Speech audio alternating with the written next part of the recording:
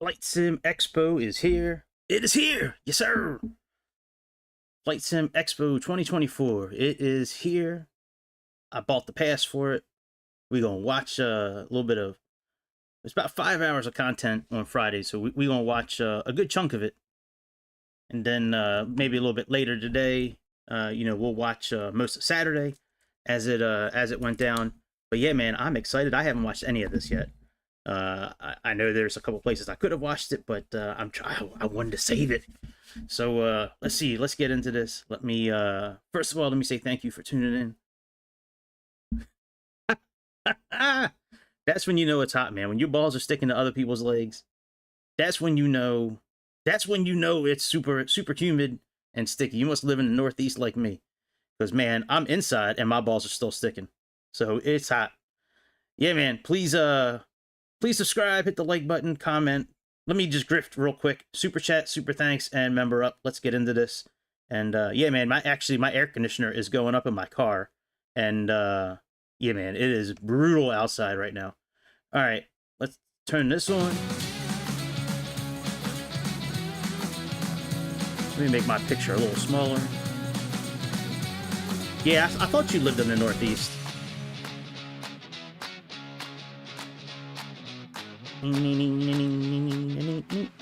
Yeah, I thought you lived in the North. I thought we talked about that before. Let me make my picture a little smaller for today.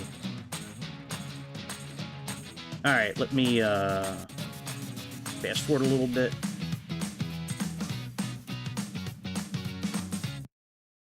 Folks are starting to see things, and this is kind of an issue for me because, as you guys know, I don't necessarily do this full time. And so I'm seeing all these messages, people are calling me, I can't answer the phone. It's like, oh my gosh, what's... Oh, hello. Very nice. So, thank you. 3 of our wonderful media partners up here who are also flight simmers, also content creators, they will be seeing this content just like you for the very first time today. And they will be here hanging out with you, reacting live, sharing their thoughts, their comments, and their feedback as we go through the presentations in rapid fire format. We're gonna have one right after the other, 2 quick breaks, and it is gonna be go, go, go all afternoon. But of course, it wouldn't be Fsexpo Friday unless we had at least a couple of surprises, right? So I have one to kick things off. Let's have a look at this. Hi, I'm Alana. At 2:30 p.m. on Sunday, we'll be announcing the date and location for Flight Sim Expo 2025. Be in the Brasilia room or watch online at that time to find out where next year's show is going to be. Who could she be? And where is she? Those are the only hints I'm giving. We have been doing this show for 5 years now, and one goal of mine over the last 5 years has been to buy different shorts. I have not done that. These are the same shorts I wear every year. Let's get to the... But one other goal has been to announce where next year's gonna be at this year's show. So this year, we've signed our contracts, we've got everything in place. We will be announcing where Flight Sim Expo 2025 is going to be held right here on this stage at 2:30 on Sunday. You have to be here or watching us online to find that out. Where we're at. You're welcome to try and pry it out of me. I love hearing your guesses. Feel free to. Actual Goal also streams on Twitch, right? I do. Twitch, yeah. Yes. So we're just going to be in 2021, or that we started our first project. Don't you fuck with me today, computer. Make it truly one of the best planes that you can get for Flight Simulator. And again, with our first project that we announced in 2021, or that we started in 2021, was the 757. We actually announced it in February of 2022. Now, you might wonder what we were doing between September and June. We were actually working on a different project that we ended up canceling, thank goodness, for the 75. I think it turned out to be a huge blessing for us. But again, one of our things for us is accuracy and immersion in every product that we do. So I'm going to show, let's see, hopefully this comes up. I'm going to show the 757 trailer that we created. One of the hardest things for me making these videos is the music. It's like spending hours going through all of this. So I hope you guys enjoy this. Let me see if it works.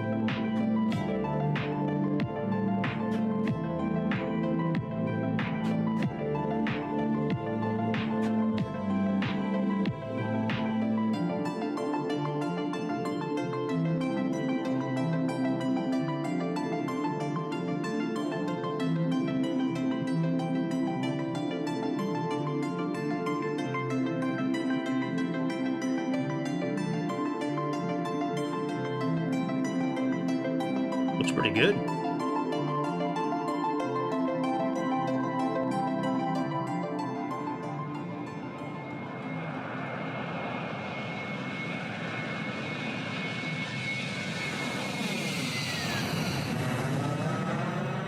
Sounds really good too, man. That sounds great. Way better than Captain Sim, that's for sure. Thank you, guys. Thank you. That video took us a long time to make, but I'm glad you guys enjoyed it. So let's go over some of the key highlights with the 757.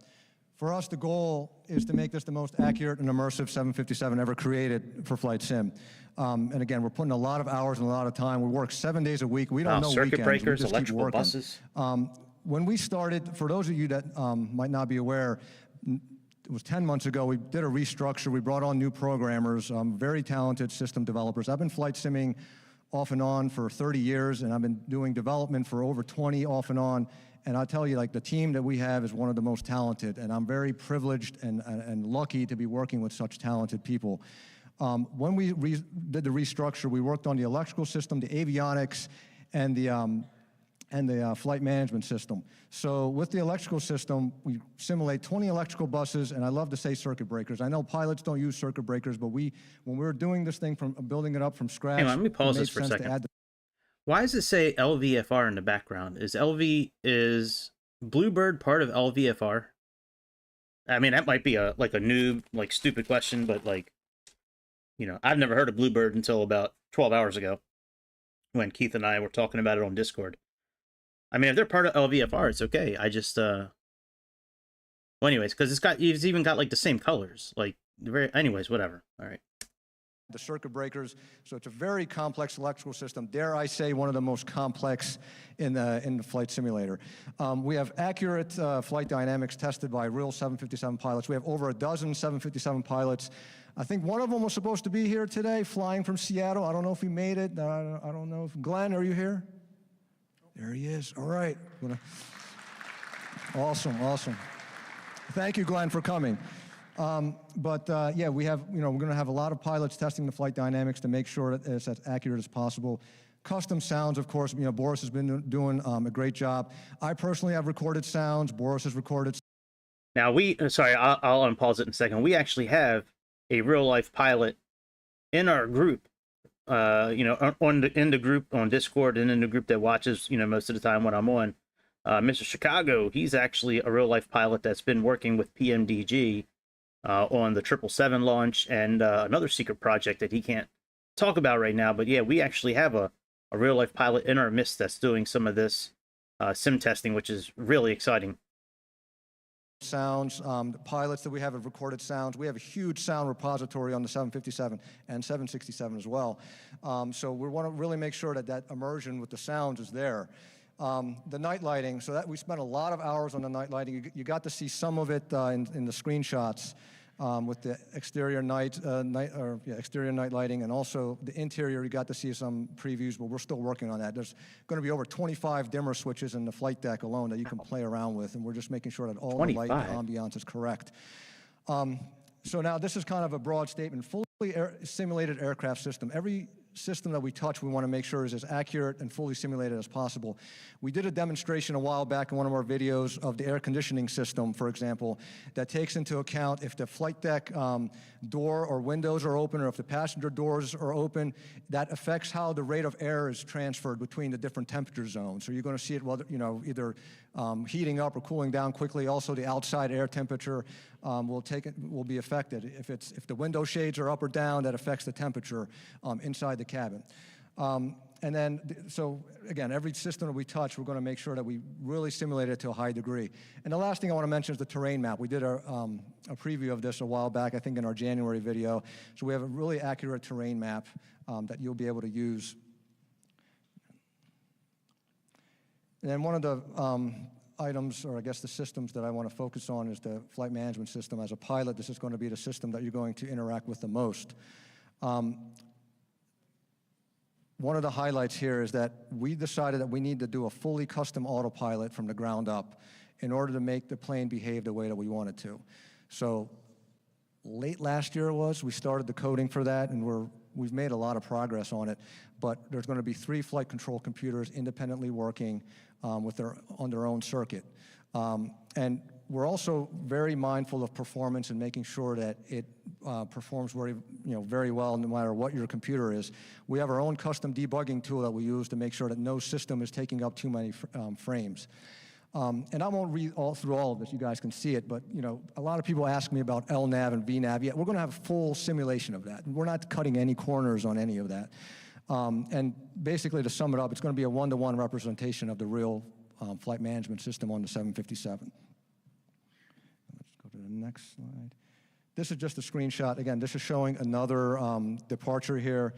I forget what the airport is, but you fly basically to 400 feet, make a left turn to a flyover waypoint, and then it does the turn to the next waypoint.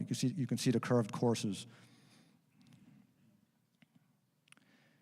The next thing I want to mention is the flight deck. Now, for the longest time, I was calling this the V5 flight deck. I got a little bit of flack for calling it the version 5 flight deck, so I'm just going to say it's an immersive flight deck. We've done several iterations, really perfecting our technique on making sure like the textures and everything are as accurate as possible.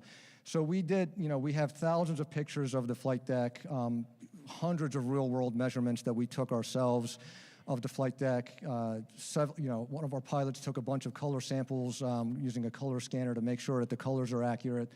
3D scans, the yoke that you see here is accurate to 1 millimeter, so it's a high-touch item. You see it in front of you. We want to make sure it's as accurate as possible. So these are the kind of things that we did. And then we're going to have the option of 2K, 4K, or hybrid textures, depending on your computer. And you can go switch back and forth between them. You don't have to just pick one and stick with it. You can try it out and see which ones work best for you. But again, you can see some of the screenshots here. I used a vernier caliper on, I have, whether it was in the flight deck or I have some parts. To the dismay of my wife, I bought a bunch of cockpit parts and brought them. She was like, "What are these boxes here?" So I used them to do measurements to make sure that we get it as accurate as possible. Now I'm going to give you guys a little update on the 767. Now, keep in mind, the star of the show is the 7.5. 90% of the team's focus is on the 757.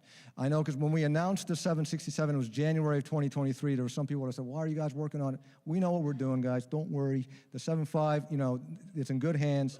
But we also have a separate team working on the 767, kind of slowly on the back burner, bringing that up until when it's ready. And then we'll start fully developing it. It'll be next year when we get into full development of the 7.6. Now, with the 7.6, we have a ton of data. I mean, I personally took about 9,000 pictures of the 767. My fingers were hurting. We have 3D scans, sounds, documentation, everything you can imagine to really make this a truly immersive plane.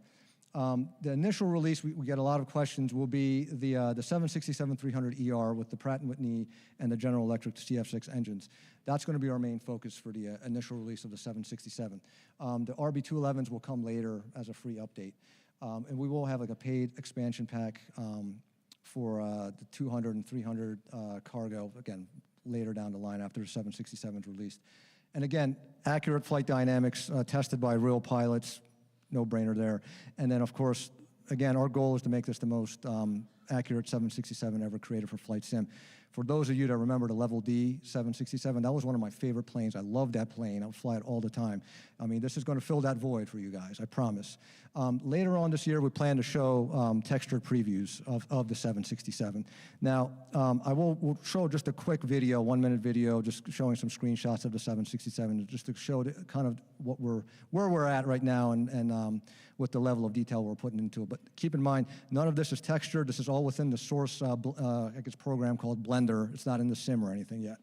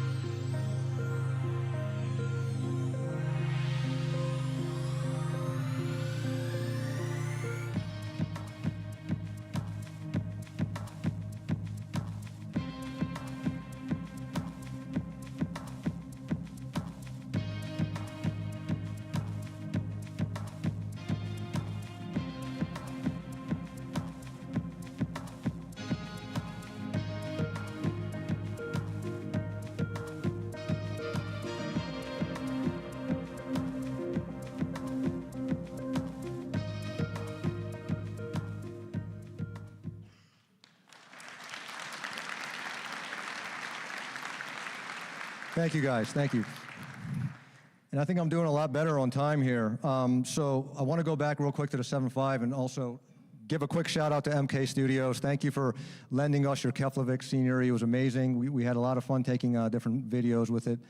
So thank you, guys. I don't know if you guys are in here, but thank you. So now, guys, let's see if this cooperates. All right. We're going back and forth a little bit on this, whether we wanted to announce this or not. It's no release date, so don't get too excited, guys. No release date. So back in November, we got a separate team together and to kind of work on a project. Now, again, I want to emphasize this doesn't affect the 7.5 or 7.6 in any way. But we were also, our initial plan was not to even talk about this until after the 757 is released. But here we are in Vegas, okay? I'm going to take a gamble here. And we're going to show you, we're going to give you a little peek beyond the 767. Now, I want to ask, do you guys want to see it? Yeah. Okay, all right, okay. We'll show it, okay? And look, if it doesn't go the way that we want it, I'll take the blame for it. I'll take full blame, okay? So here we go.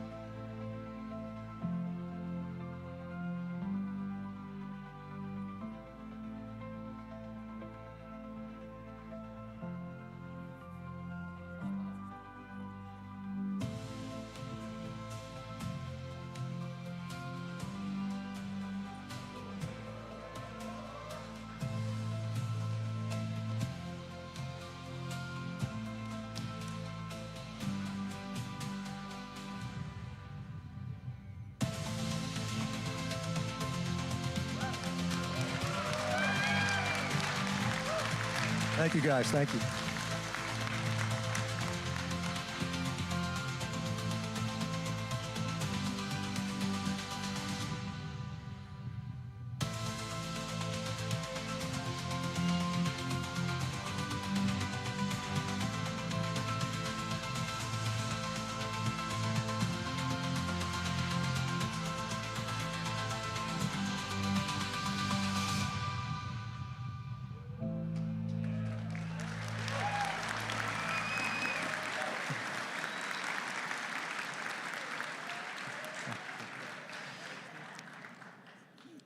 I'm glad we got that reaction. I really did, because some of the team was like, "We're going to get some booze." I'm like, "Nah, I don't know.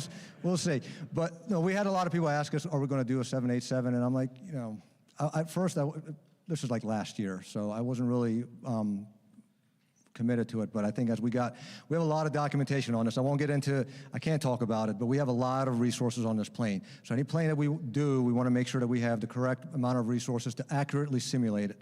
So this is going to be really good, but I'm not going to lie to you, it's going to take a little bit, guys. So we still have, you know, the 7.5 to work on, and then the 7.6, and then this is on the back burner, but it'll be there from when we're all ready to get the whole team on there to work our magic on it. But I'm glad you guys, you know, like the previews. That's all I have. I have 2 minutes left, but really, I want to again say thank you so much to the community. You guys have embraced us. I know that, you know, it's been 3 years that we've started working on the 7.5, and now I'm ad-libbing here, guys. So I'll just say, look, it's been an amazing journey. A part of that was just kind of discovering the new sim platform, figuring out how things work. I do want to, thank the Sobo team to have their Answer Hub forums. We would go there and ask questions, but there's only so much that they can answer. So a lot of the stuff we had to figure out on our own. But I'm very confident that as the team has grown, when BlueBird started with just 4 people to now over a dozen, and that doesn't even include well over a dozen pilots, mechanics, engineers, enthusiasts that have been helping us along the way. We're very confident that with the 757, the star of the show right now, it's going to blow your minds, and the 767 is just going to be fantastic, and of course now with the 787. We're really excited for what's to come. We are here for the long haul, guys. I want to make sure I emphasize this. We are here for the long term. We're not going anywhere, so we're really excited. Thank you, guys. Appreciate it.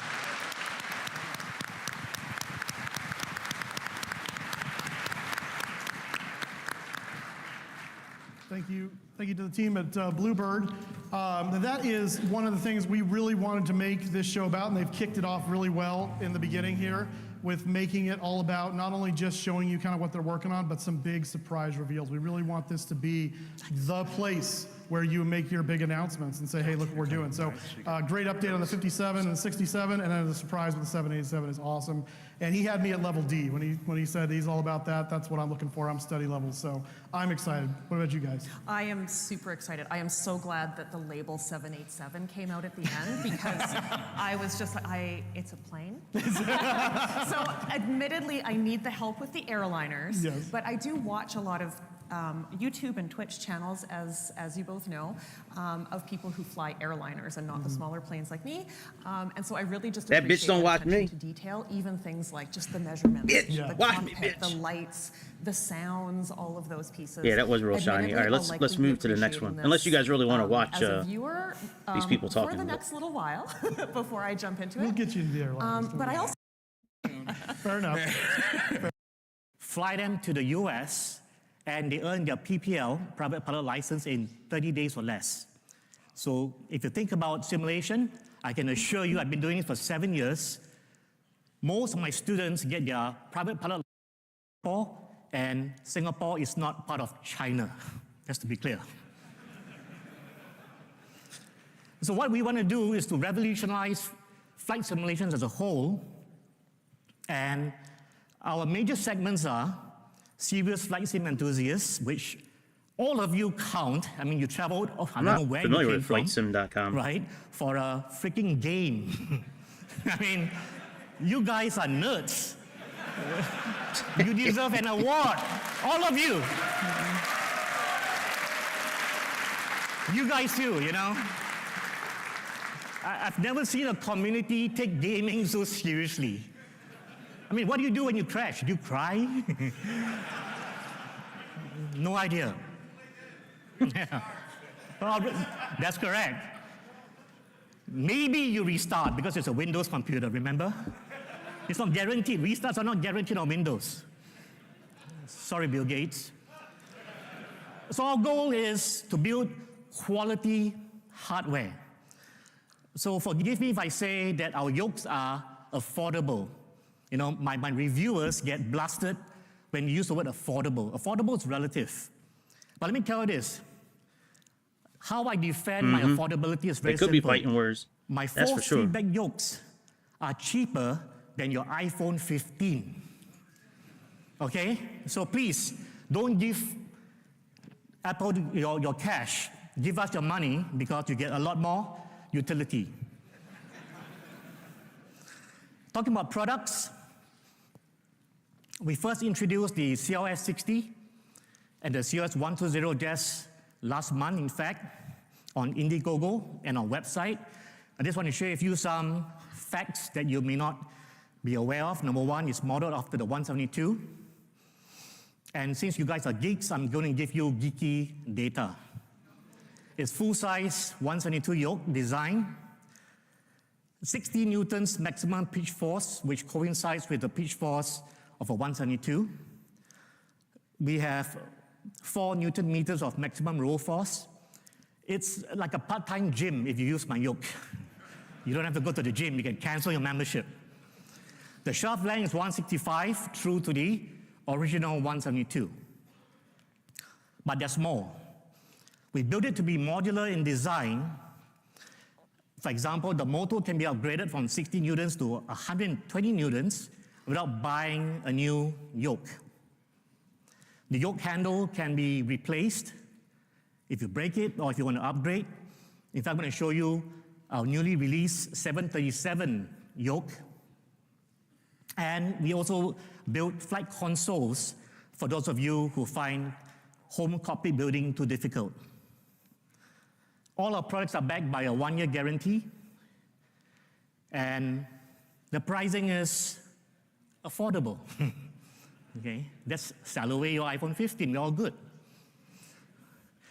The next line of product is our FC100 flight console, which works pretty much, did I skip something? Yeah, okay, sorry. The FC50 is designed for single engine, simulation and our SC100 for twin engine simulation. Some quick facts, I just want to take a photo because I'm running out of time so quickly. It basically replaces your keyboard and mouse for most of the major functions, whether single engine or twin. Of course, for the twin, we have dual throttle prop mixture. The throttle console is modular as well. You can swap it out in dual magnetos, alternators. We have, for the twin, the elevator rudder aileron trims. And for simulation, we have the hops meter, so you can use this to log the time. Well, not officially, but to keep track of your time, and the freeze button to pause, unpause. 1-year warranty and affordable compared to buying a new aircraft. Now, I was warned to share new stuff, so you like new stuff, I'm going to share a few new stuff, starting with our G1000 console. Yeah, I know you've seen it before, but ours is different, right? So says me. What is the difference is our G1000 was designed out of a FTD level 5 simulator. So drop by our booth tomorrow if you want to feel the difference of the G1000. You have to feel it. You can't really see it in terms of the twist of the knobs and the buttons. Authentic buttons and knobs feel next to the actual Garmin. I cannot say it's affordably priced, it's competitively priced. You see, I'm an honest guy, come on. Available in fourth quarter 2024. Next is a Boeing style 737-800NG yoke handle. And this is a tribute to my extremely vibrant and opinionated Discord community. Thank you to all of you.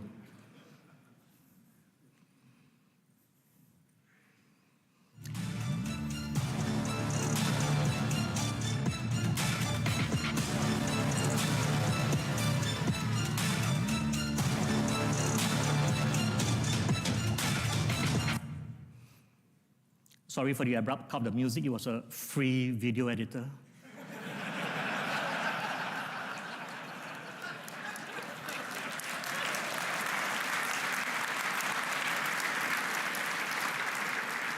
Because we have to keep our products affordable. So this is what it looks like, retrofitted on our CRS60 or CRS120, and it is available tomorrow. Come down to booth 307.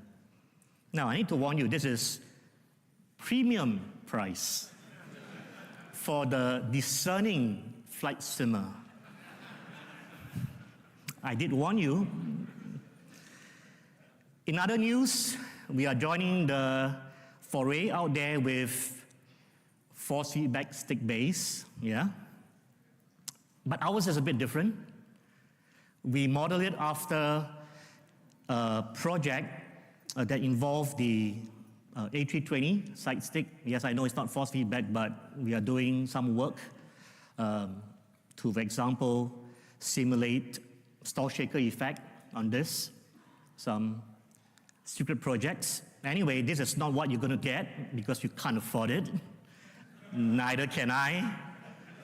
So we miniaturize and we're going to modify it to be a little bit more consumer friendly. That's one spec I can give you because this is important. It's going to be dual modal like the rest of the boys. It's going to be 15 Newton meter peak force. This is the only thing you need to worry about, apart from the price. It's competitively priced and available Q4 2024. Force feedback rudder, you knew what's going to come. Single motor, and the key figure here is it's going to be greater than 250 Newton peak force. Competitively priced. So start figuring out which body part you want to pawn because it'll be worth it.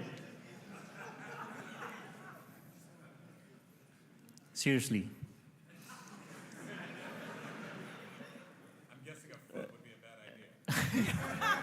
You will need that for the rudder. Please don't get rid of hands and legs. We need those things.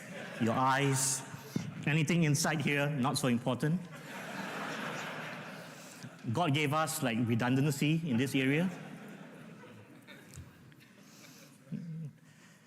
And I thought I would do something nice since we're here and we came all the way from Singapore, is to leave one of our force feedback yokes in Las Vegas. I hope you don't mind.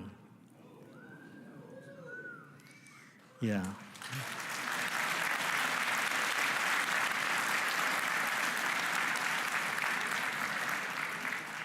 I mean, since we already broke, then, you know, brokers. I would need to create a new category for us, brokers after this. So take note of the URL. This is only for you guys. Please don't spread it around. I mean, you can spread it around. You'll benefit me, but not benefit you. You understand the math? flightsim.com/FlightSimExpo. You will see a secret page. Put your name and email address. Please be sure not to have any typos, because if you have a typo, then you understand what's going to happen, right? I'll have to bring back the yoke back to Singapore and pay shipping, okay?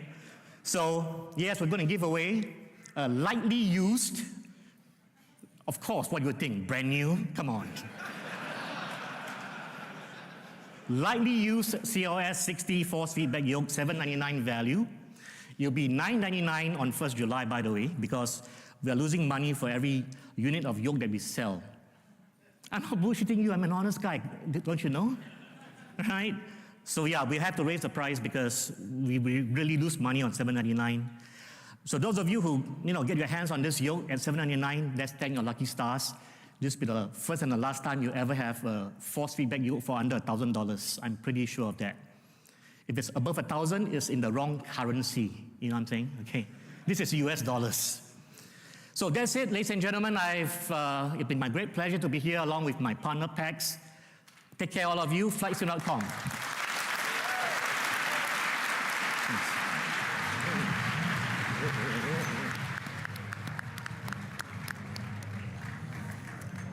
Well, all right. So make sure if you're going to go to that website, be careful of the spelling. It's a F-L-I-T-E sim, not as you might spell flight sim. So you just visuals of the airports, so it's more immersion. This is dolls. You can see the animated people inside. Custom vehicles, custom 3D models, custom textures. Everything is handcraft and custom for each airport. This is Atlanta. And what is coming next is one of our, I don't know if any other airports use things like this, but we can set our destination, our departure time, and it will be displayed on the.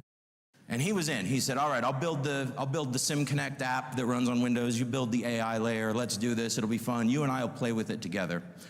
We had two goals when we started. The first one was create the most immersive ATC experience possible using the latest generation of AI technology. And we said, you know, when we're done, it might be kind of cool to play with it, you and I. Well, we got a little carried away, as you are about to see. Everything that I show in this video is real. It's live today. And in fact, it was taken off of our live servers. So nothing you see here is scripted, and you could have it right now. Here we go. Check this out.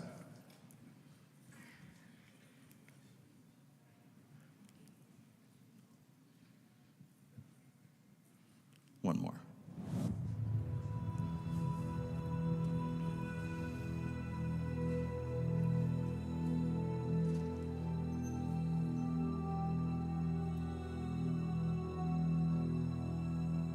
Palo Alto ground, Skyhawk 172 Sierra Papa type Cessna 172, looking for VFR departure to the north with flight following, and we have information, Papa. Skyhawk 172 Sierra Papa Palo Alto ground, good morning. Clear to the north, VFR at or below 3,500. Departure will be 121.3. Delta 1219, good morning. Runway 32 via Charlie Echo and then over to Lima, please. Delta 1219, Holy Short 32, ready for departure. Delta 1219, thanks for being patient. Winds 230 at 6, runway 32 clear. Delta 1219, contact departure. Safe flight, sir. KLM 310 identified. Climb and maintain 8,000. Turn left heading 320 vectors to Stigma. Skyhawk 172 Sierra Papa, you're leaving my airspace. Squawk VFR, frequency change approved. Safe flight, Brian.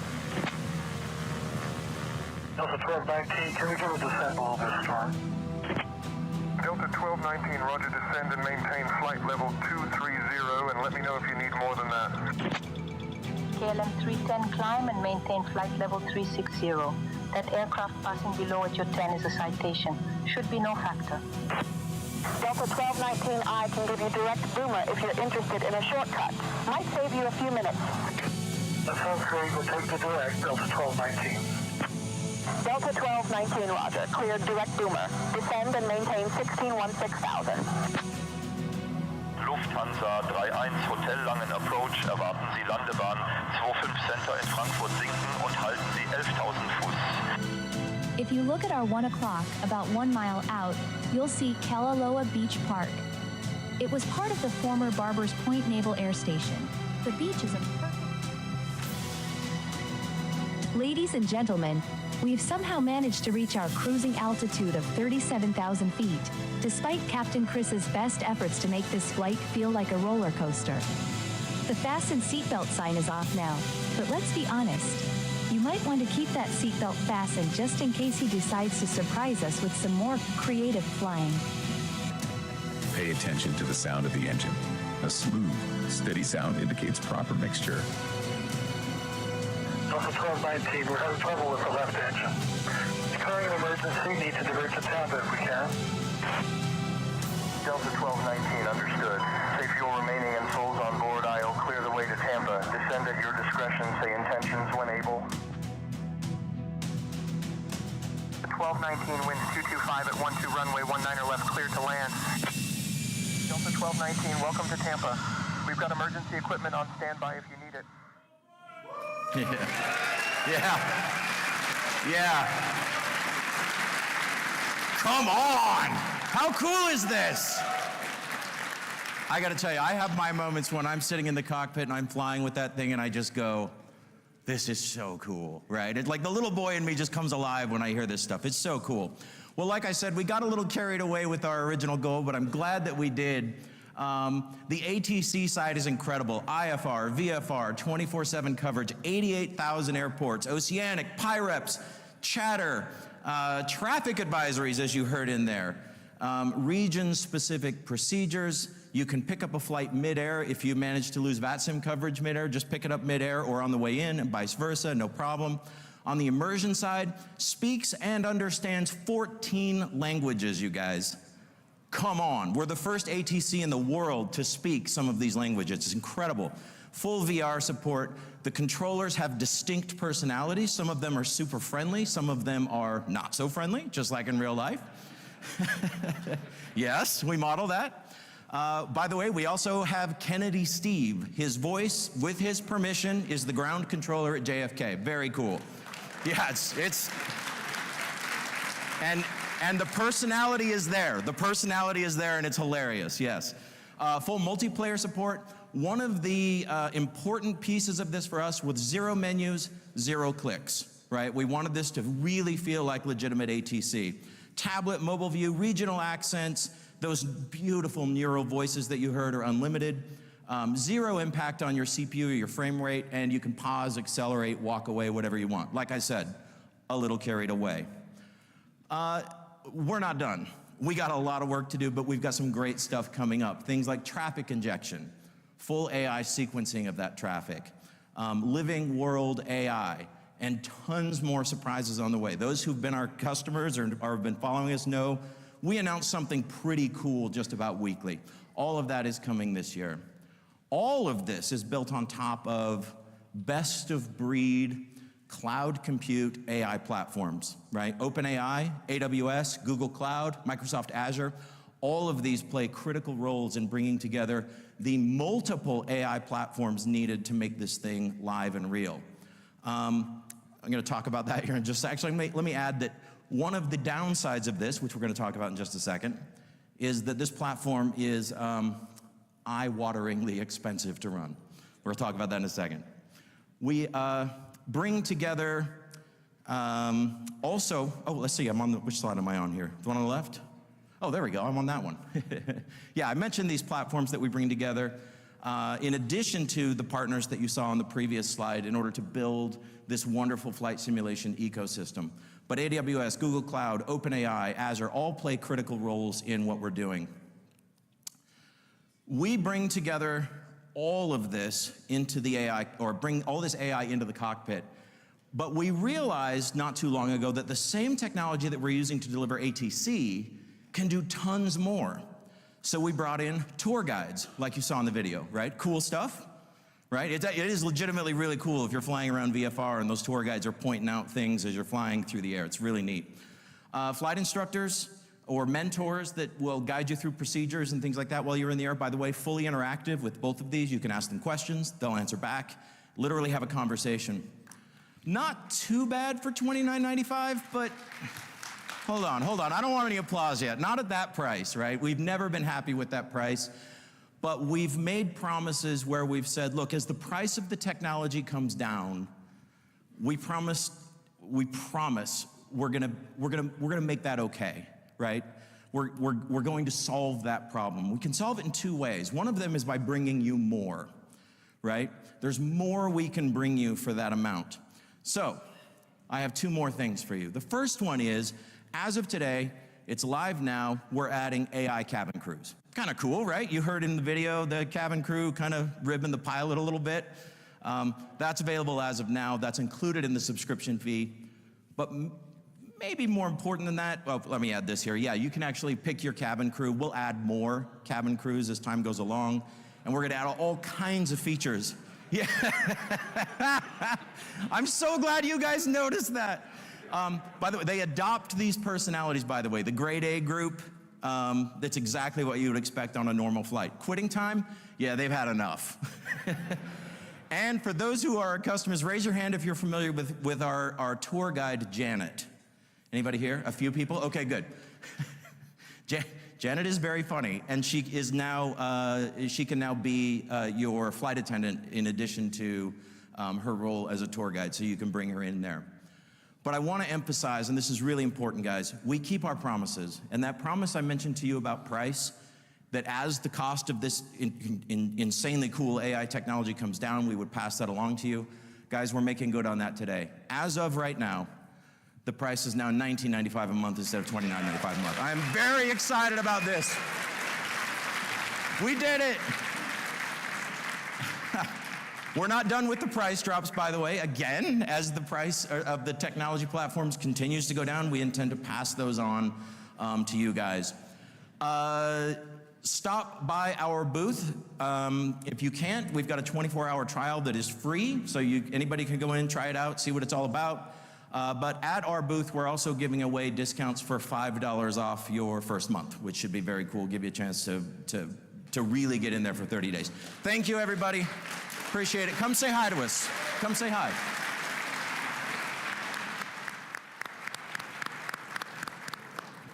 All right. Thank you very much from SayIntentions, and I gotta say, I'm probably never gonna be a real world pilot at this point, but now I can cross off being made fun of by Kennedy Steve off my bucket list, because I can just do this. So fantastic, dreams do come true. What are your guys' thoughts? It's definitely a nice milestone in the ATC world. There's a lot of really great ATC things happening in flight simulation, and this is definitely a big one. The price drop, that was pretty kicker. And then the 24-hour free trial, it's a hard argument. If you guys are afraid of getting into air traffic control, this is definitely a good first step. That's pretty cool. I don't think it'll ever come to Xbox, but that's awesome. If I ever get into the PC world, that would be super dope to use for sure. Different accents. All right, let's see what's next. These are PCB boards covered in LEDs denoting all airports that we will be bringing out. At launch, we're doing Heathrow, Innsbruck, Munich, Amsterdam, and of course, Las Vegas. These will show you real-world, real-time, live air traffic data on the comfort of from the comfort of your own desk. But not only that, We are giving you the option to just press one simple button and it will show you the virtual world as well. So you can see yourselves moving around the airports in real time. I want to talk a little bit more about those, and I am going to be doing, I'm tempting fate, I'm going to be doing a live demonstration of the real products here. So let's dive into a few key features of these boards. Each one of them is meticulously designed to provide an accurate and detailed representation of the airport layouts, including the runways, the taxiways, and the parking stands. The LEDs are all colour indicated, with red for parking stands, green for taxiways, and the runways are multicoloured, which will change colour based on the airline that is on that runway. You can switch between, as I said, the real world and the virtual world with just a simple touch of a button. In the real world mode, the display shows the live air traffic, giving you a real-time view of what's happening at the airport. And you can track your own movements around, as I said, by switching to the virtual world by the press of a simple button. Why would you do that? Well, you can do simple things like just by viewing on your desk before you even logged in, you can see whether there is an ATC online for that airport. You can see what parking stands are available. You can spawn in at the ones you want, and you can also just be mesmerised by watching the traffic going around. Installation is incredibly easy. We've designed the system to be completely user-friendly with no expertise of any kind required. You can easily swap between different airports very easily, and as I said, I'm going to be tempting fate by trying to do a live demonstration of that. One thing I want to show is we have a singular universal control board which will power any of our airports. We've done this deliberately so you only ever need to buy one of these and you will be able to run any of our airports without putting all of the expensive logical parts on every airport. You can just buy the cheaper airports to add to your collection. It's the heart of our system. As I said, it's designed to support any of our airport displays, which we think will help keep the costs down, making if you want to expand your airport collections, you only never need to buy just the one of these. Setting up the board is straightforward. When you power it up, it will broadcast its own access point, like a smart light bulb, a smart plug. You just connect to it, provide it your Wi-Fi details, and that's it. It will start working. You then plug it into one of our airport boards. Just plug it in to the back of the board, and it easily plugs back in. And then if you wanted to change airports, you would unplug that and plug that into the next one. I am tempting fate.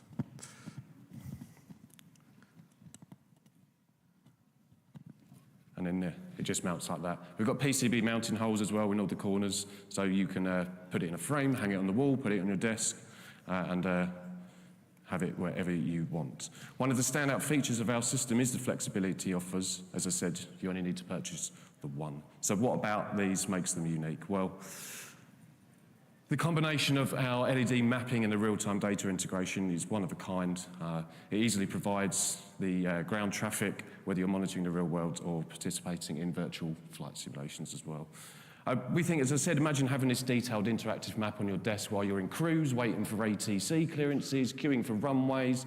You can see your own aircraft moving around the airport. You can just check for the available stands and know if there's any ATC. By the tower at every airport has its own LED, and if there is coverage, the LED will light up. And in the real world, obviously, there will be a controller on, so that will always light up as well. We've programmed over 500 different airlines with their own unique colours based on the primary colour of their logo. We think this attention of detail enhances the realism and gives you some more level of immersions. Moreover, the data stream for the real-time traffic is going to be completely free, and it will remain free for the life of the product. There is no mandatory subscription to use this product. Once you buy it, that is it. You will have access for life. We will be offering optional subscriptions to get premium features such as higher refresh data rates, the ability to choose your own colours for airlines.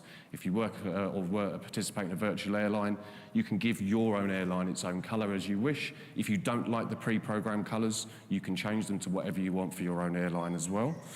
We'll also add the ability for you to identify your particular call sign, and it will blink to let you know where you are, easily find yourself as well, amongst other features that will be coming. But none of that will ever be mandatory. You will only ever have to pay for the cost of the board, and access to the data stream will be free, and we promise and guarantee that. Now, let's tempt fate by trying to do a live demonstration. We're going to talk about setting up, putting things together, and the initial setup itself, from connecting the device to the Wi-Fi and to the server, and to the servers, and then just using the boards and what they look like. So I've got the next slide is going to put up a live camera here, hopefully. Yes, it does. So hopefully you'll be able to get a better look at the board. So I'm going to show you here Las Vegas. We have other airports available, as I said, but the time zone difference, I'm pretty sure it's about midnight in Europe, so there's not going to be much traffic. So we're going to focus on the Las Vegas boards. So let's give you a closer look at one of the universal control boards. It's a simple, camera's in the middle, isn't it? It's a simple product here. It's got a power connector, which then powers the actual board itself. But in terms of how you interact with it, it's a singular USB-C connector for power. We provide a power supply, but we've also just recommended the spec, so you can also provide your own power supply if you wish. Simple reset buttons and stuff like that as well, but that's literally the only interaction with that is plug in the power. And as I said, it just then connects to the board here.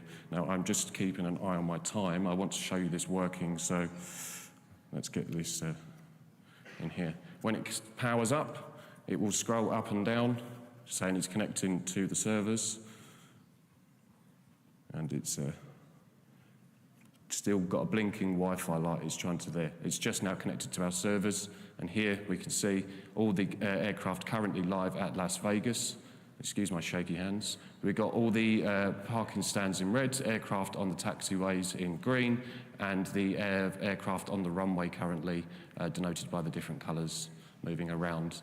This is the standard data rate. So you're not seeing the premium one. This is the standard data rate. And I don't know, I haven't checked if there's anybody on VATSIM, but I'm going to very quickly press the button here. And that is currently live VATSIM as well. It's as simple as that, just by pressing the data source buttons on here. I am out of time, so I'm going to end it there, but I'm going to be here for the whole weekend, and I would love to talk to you more about this, and I'll have these with me. So thank you very much for your time, and if you want to see more, please come and find me.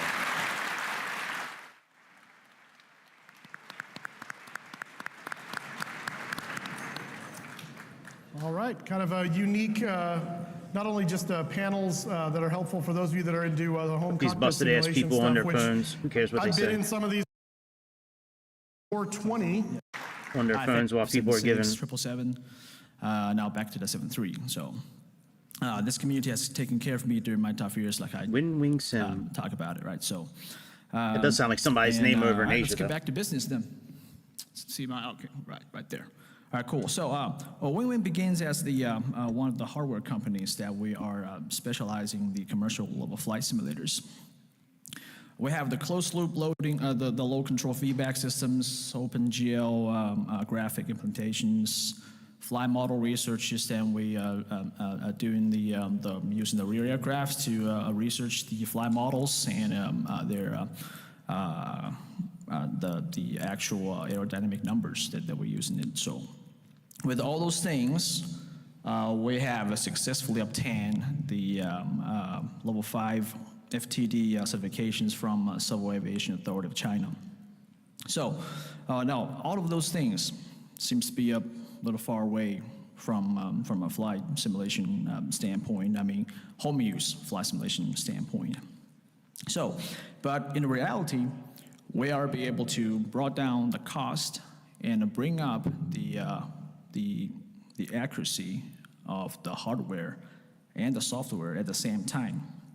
So as we navigate our business throughout this region, we receive numerous requests from our friends, from the flight sim enthusiasts to ask us, is there any possibilities that you guys getting into the hardware market for the...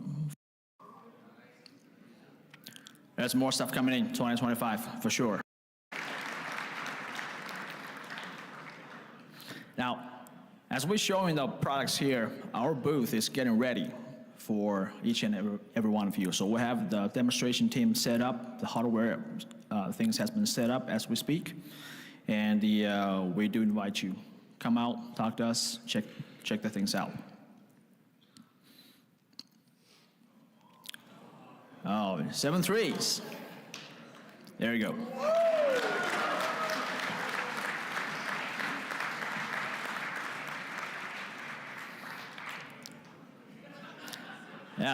Yeah, it says never dead out of date, so yeah.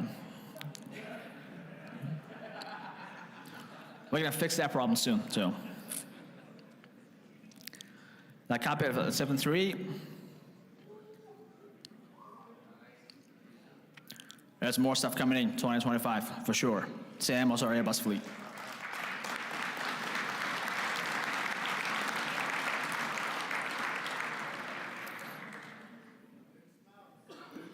Now, ever since our launch of our first airline product, the FCU for the Airbus, the combat simulation users have a worry about that we're no longer supporting a combat simulation product line.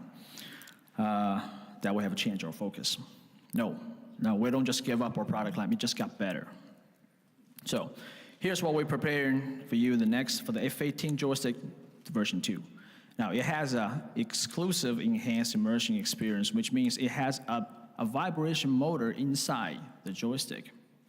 And we have developed a model which will correspond your actual flight conditions, in the simulator, in the DCS, or in other games, that will give you a vibration feedback, which you can feel. You lower the landing gears, raise the landing gears, weapon deployment, you takeoffs and landings, all the touchdowns. And yeah, it feels great. I do invite you to come check us out. We do have one set up over the booth that you can actually feel the vibrations on the stick while you're approaching to stall. So it's extremely good. And this is our vibration motor adaptation schedule. As you might see, we have fully adapted all the DCS now, and we're working with we're working on the Microsoft 2020, and it's supposed to be finished by today, so June 24th. Okay. And the finalization day for the War Thunder is going to be on September 9th. So within this year, the majority of the simulations, whether it's airplane simulations or space simulations, that will be all adapted with our vibration models. This is one of our new products this year, the Ursa Minor airline joysticks. As you might tell, it kind of mimic one of the airliners that out there. So it has a left and a right stick, so we separate them, because we understand that the Airbus have a different shape for their side sticks. So we just, give the pilot two choices. Now, they might choose right, they might choose wrong the first time, but they'll choose right the second time, for sure.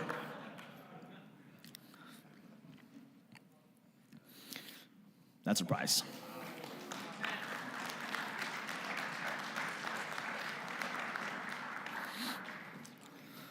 All right, so as we're coming towards the end of the presentation, I want to talk about another matter before I actually forgot. So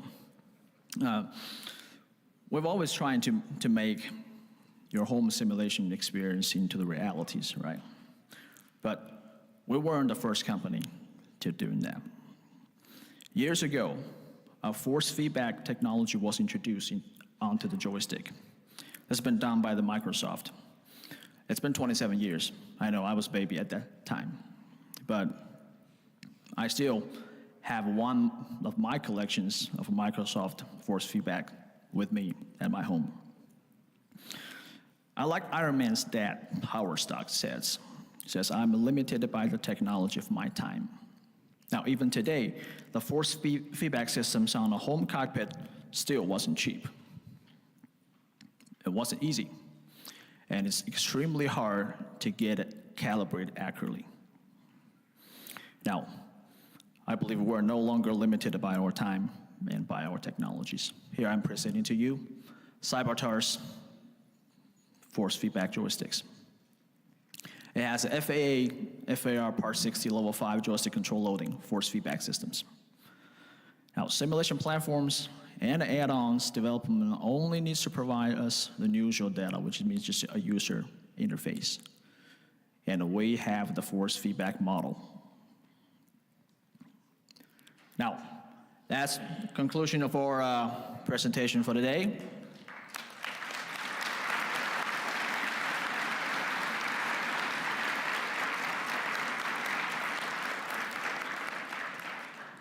And I believe our relationship has just started. So, like President Reagan used to say, trust but verify. So I think this is a brilliant phrase. Now we have to show you a lot of stuff, but in the end, the product has to speak for itself. So we invite you today to come over to our booth today or tomorrow in this great time of Fsexpo. Come over, talk to us, and check it out so you can touch the product, feel it, and see how those things work together.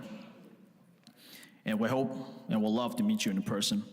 Come talk to us, and we have you have a great experience over here. My name's Tony. Thank you for your time.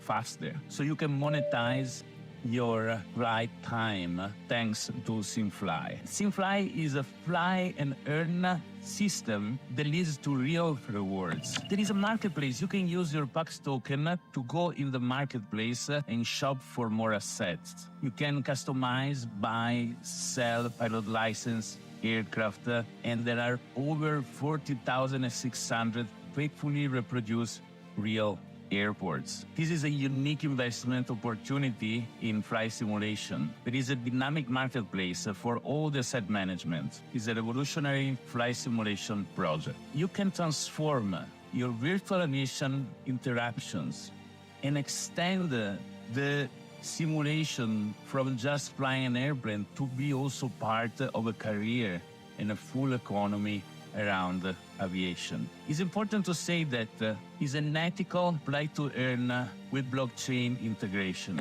Ethical because the value of the token that is produced and is minted is given by pilots flying airplane. So not everybody can go there, sit and fly an airplane. So the value of the knowledge on how to fly an airplane is what makes a difference. So it's an exclusivity to those that know how to follow the correct rules. And better you fly, more you earn. You have a bad pitch angle in landing, you lose your earnings. So there is all an analysis on how your flight is done, and based on that, the emission of PAX token is given to you. SimFly is born in a collaboration between creators, a flight instructor, a flight academy, and a Web3 expert, which is me. We have a team of developers, designer, marketing expert, people designing UX, UI, and preparing an interface that is simply excellent. I suggest to go to simfly.io and see with your own eyes what I'm talking about. It is an amazing place for simmers to go and also create community, but interact in a very powerful way with the real economy around aviation. There is a comprehensive wiki. We have regular newsletters, Discord servers, a YouTube channel that brings all the updates every week on the evolution of SimFly. Pilots, airplanes, and airports earn experience points based on the usage. So there is a point that you do based on the amount of time you fly, the amount of flight that an airplane does if it's yours, and an airport does. And these experience points allow you to upgrade the level of your asset. And higher the level, more mission you can do, and more income you generate when the asset is used. PAX, on the other hand, is the virtual currency if you want in SimFly. And you can use PAX to buy, sell, and manage assets, but you can also sell your PAX to other users for actual money. Pilot license is essential for a flying career. You can also fly using Fly and collect experience point without owning a license. So it's free. There is no money to pay to play. You go there on SayIntentions.AI, create an account, download your plugin, set it up, and start flying. And your mission are going to be recorded, your flight analysis is going to be produced. But then, if you want to start earning packs and start having a career, the first thing you need to do is to go and get a pilot license. And I suggest you get one now, get one soon as you get back home, because they gonna be more expensive soon. So we are still in the launching time, so don't lose the opportunity. There are also many different aircraft models. Some are special edition in a limited number, only few gonna be available. We already had several and more will come in the future. So only few people, only few users can purchase a particular model with a particular livery to have a unique object that they can conserve, collect, or resell. There are also more and more models that are going to be released with time, so that based on what is your preference to fly with your flight simulator, you can find the airplane in SayFly. Airports with experience point based on how many landings and takeoff they do can increase the level and they can increase the traffic. So even you start with a grass strips airport, or you start purchasing an airport that is very big like Dubai or London, it's gonna be anywhere level 1, and more traffic it generates, higher the level it is, more packs generates for you to be able to then expand, integrate, upgrade, and do many more things in SayFly. SayFly is based on a map, which is a very detailed real-world representation with all the airport the SayFly covers, which are those covered by most flight simulators. And there you can see all the traffic generated in SayFly and also in other systems. There are different missions that you can do. The test pilot is the basic mission. You don't need a license to do that. Then there is the restricted flight, the scheduled flight, the pilot day, the tour mission, and in the future there is going to be an editor for people to create their own specific mission and invite others to participate in it and see if they comply to the rules of your custom mission. There are detailed reports at the end of each flight, and there is a logbook for each pilot with all the records of all the flight done in SayFly. You'll be able to see your statistic, the tour around the world, and there is all the data that you wanted to know about your flight situation. There is also a leaderboard with the player rankings based on how many miles have done with the airplane rather than experience point collected, numbers of hours fly, and so on and so forth. We are using AI, because who isn't in 2024, to give an analysis of the flight in the most details and that manner as possible. So once you finish your flight and you press end flight, all the data of your flight are sent to the AI. The AI is going to do an elaboration and come back with an analysis of your flight. So you can also see all the past flight and also see all the analysis done. And you can share with friends in social media the flight that you have done with your score to show that you had the best pitch landing or the best management of the fuel, etc., etc. There is graphs that you can see, and also you can rebuild the route that you have done with the airplane in the map, seeing the altitude and seeing from what airport to what airport you've been flying. The system is compatible with Wassim, EVAO, Microsoft Flight Simulators, and other simulators like X-Plane and Prepare 3D. We are planning to build a full academy, multi-language videos and tutorials for people that want to learn to fly different kind of airplane and accommodate virtual airlines as well in SayFly. New mission and premium license subscription are going to be available soon as well. And there is a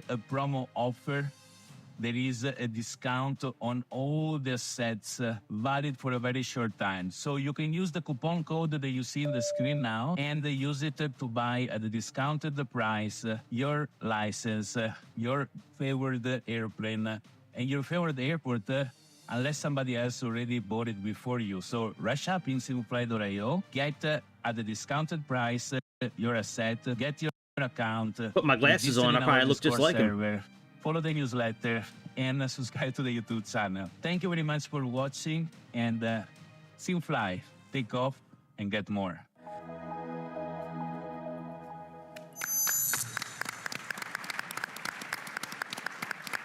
That's funny. Good one, Antonio. All right. Antonio And one of the more Chibata. exciting new titles in combat. This is a really powerful tool set that we are very proud to have. When it comes to content and peripheral support, we do have Tracker on our hubs, but we also have support for Track IR, and we're working on VR and motion support and all the goodies. For content, we have high definition models, state of the art, and we're working on partnerships to be able to develop more content in the future. Research, translations, beta testing, the full Monty, so to speak. For PR and marketing, we do have a Discord server. We set up our website. We have newsletters and surveys that you can sign up to that help us a lot in focusing our development. We're here at the Fsexpo, and we also plan to set up Patreon and other merchandise. Jason will give more details about that in the future. And now we're going to talk about our approach. We do have a very unique approach, and in order to make it a bit clear, we're going to identify 3 main challenges that we plan to surmount. The first one is having a huge amount of different aircraft in the sky to a high degree of fidelity. It's 2024, making detailed content takes a lot of time and money. The second challenge is keeping up with technology. This thing's going to have a shelf life of 20+ years. How can it be relevant in 2040? And the third challenge is how to provide a simulation that is true to history and that people can rally behind and say, this is a realistic flight sim. In order to tackle these challenges, firstly, for the first challenge, we do have a modular development of theaters and cohesive aircraft to go with it that Jason will give a little bit of insight about later. We do plan to collaborate for content development with talented partners, and we do have a very long planning to be able to make into fruition all of our goals. For the second challenge, we do have the advantage of Unreal Engine 5, an engine where every year millions of dollars are invested into pushing the boundary of the technology, and we have modern development practices, PBR, advanced engineering tools, so that any talented content creator can be onboarded with state-of-the-art technology and they will feel right at home. For the third challenge, this is a product for the community, by the community. I've been flying flight sim since I was 4 years old, and so has Jason. We have a transparent development where people can help build our product, be the best version of it that we can, and we do have a very simple approach to business. Our investor and our hardworking people always put the product and customer first. And with this mindset, we can make sure that we're not going to release something that we can't be proud of. We want to make sure that Combat Pilot is that IP that people can be happy about, a Western product of quality and a very long future ahead. Talking about the future, now I'm going to pass it on to Jason, who's going to talk about the plans for next year and onward. Thank you, Carlos. First, I want to say some of our slides have been truncated somehow. I think something happened to the formatting, so I apologize for that. Let's talk about our second year of development. We've been working at it for a little over a year. Now, in our second year, we have some very obvious goals. One, we need to increase our budget and expand the team. We're going to continue to refine our fundamentals such as physics, flight modeling, systems modeling, and of course the geospatial for you to fly over. And we're going to work on some new areas such as the AI, the damage model, our weapons, and our visual effects. And we'll start to work on our multiplayer, and of course we're going to offer VR support just as soon as we can, which is not very far out. We're of course going to build more aircraft and more ships, and we're going to work on our improving our graphical user interface and a launcher to help manage installs of the product. And of course, when the product matures a little bit more, we're going to have rigorous testing with alpha and beta testers in the near future. So what are our plans beyond the second year? Well, Combat Pilot's going to be released as a franchise with many different phases of development, where each milestone brings something new until the product is quote unquote, feature complete. Our first theater of combat is going to be the Battle of Midway, and we're using the Battle of Midway as our proof of concept and our playground for our first bit of content that we're going to make. And we're also going to increase our community development and improve our web properties that some of you may have already seen. They're a little rudimentary at the moment. On the development side, we're also going to find, as Carlos mentioned, qualified content partners to make important aircraft and ships.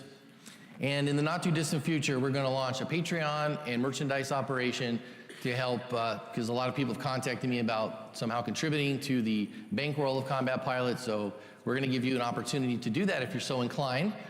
And now that we have Midway established and we're working on a prototype, we're already planning for years down the line.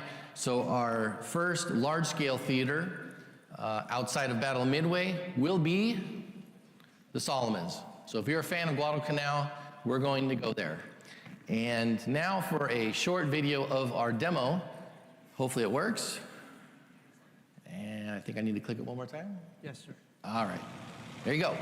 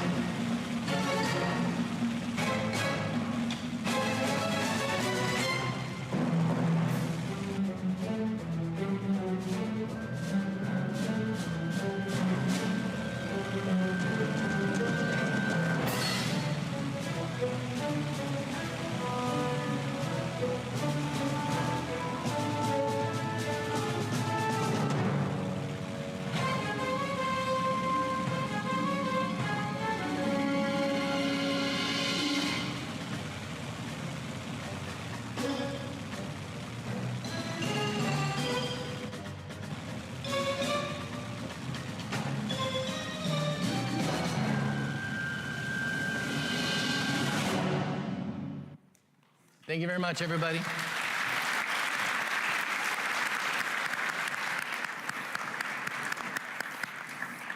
All right. Thanks, guys. I literally, so at the last break, we're not taking a break right now, don't get excited. The last break, I was talking with a few people, and one of them even mentioned it's time for us to have a combat flight simulator, kind of like we had, Microsoft had combat flight simulator years ago, that was kind of old school stuff like this, and I did not know this was happening, so this is really cool to fill that spot, so. That's exactly where I was going with it. It's been a while since we've had a good, especially a good Warbird combat simulator. You know, we have a lot of. This flight sim community is, Slytherin typically we make a lot of strategy games, so this is our first opening into the flight simulation space. I'm just curious, because we don't have a ton of marketing data on this yet. Can anybody who has heard of Scramble raise your hands for me? This is a small sample size, so this is excellent. This is why I wanted to come here. I am super excited to be here at Flight Sim Expo, because this is a very special event to me. My clicker might not work. Go ahead. Or maybe we're not. There we go. There we go. In 2019, I went down to Orlando and showed a very tiny game called Roger Meatball at the Flight Simulation Expo. And it was the first time that I'd gone to the event. I went down not knowing a single person, and I walked away from this event with a couple friends in particular who have remained lifelong friends. We talk every single day. I now have a big pool of friends who are all here coming to this event together. This has been, the flight simulation community in general has been important to me. This event has been incredibly important to me, both personally and for my career. So for that, I want to thank Evan, wherever he is, and the rest of the Flight Simulation, or the Flight Sim Expo staff, because they put on a really fantastic thing. And I encourage all of you, especially the people who are here for the first time, look around while you're here, meet some people, shake some hands, and build some memories, because I promise it's going to be worth it. So Scramble is a tactical dogfighting video game. It's a turn-based game. So you set up a turn for all of the airplanes that you pilot. You're actually piloting airplanes. You set up maneuvers for those airplanes, and you hit simulate, and then it runs through about 2.5 seconds of simulation, and there's a full physics simulation underneath the game. There is damage modeling, there is pilot physiology. Your pilots can black out, they can die, and in Scramble, what we are attempting to do is to take combat flight simulation, which is like a reflex-heavy, stressful sort of engagement, and slow it down so that you can really enjoy the tactics and you can explore and you can learn. And we provide you with a bunch of tools for planning your maneuver, for exploring the airspace, and then for analyzing all of your performance. And in a minute here, I'm going to have my friend Sebastian run a live demo of the game. So Sebastian, can you tab out to Scramble? That should be it. And well, to play on this display. yeah, I guess Sebastian is probably going to have to play on a different display. So Sebastian, can you go into the tactical mode and just take a look at the sky? So Sebastian and I started up kind of mid-match because we wanted to make sure that there was some compelling action going on here. And so in Scramble, at any point, you can pop out and you can view the airspace as this sort of 3D diorama. Sebastian, could you go into review mode real quick?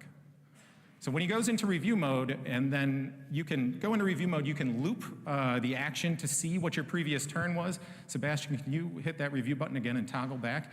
You can also, in the middle of any single turn, you can go back into a full match replay and you can scrub frame by frame through every moment of action. This allows you to do two things. It allows you to analyze your tactics, analyze your performance, try to figure out what your enemies are doing, but it also gives you a ton of flexibility to capture some great screenshots, capture some video. We have a full suite of cinematic tools that should allow you to take great photos.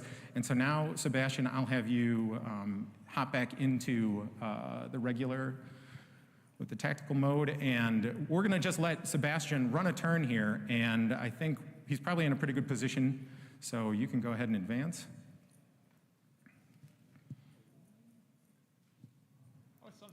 And so right there, Sebastian just got a bunch of hits on the rear of the enemy.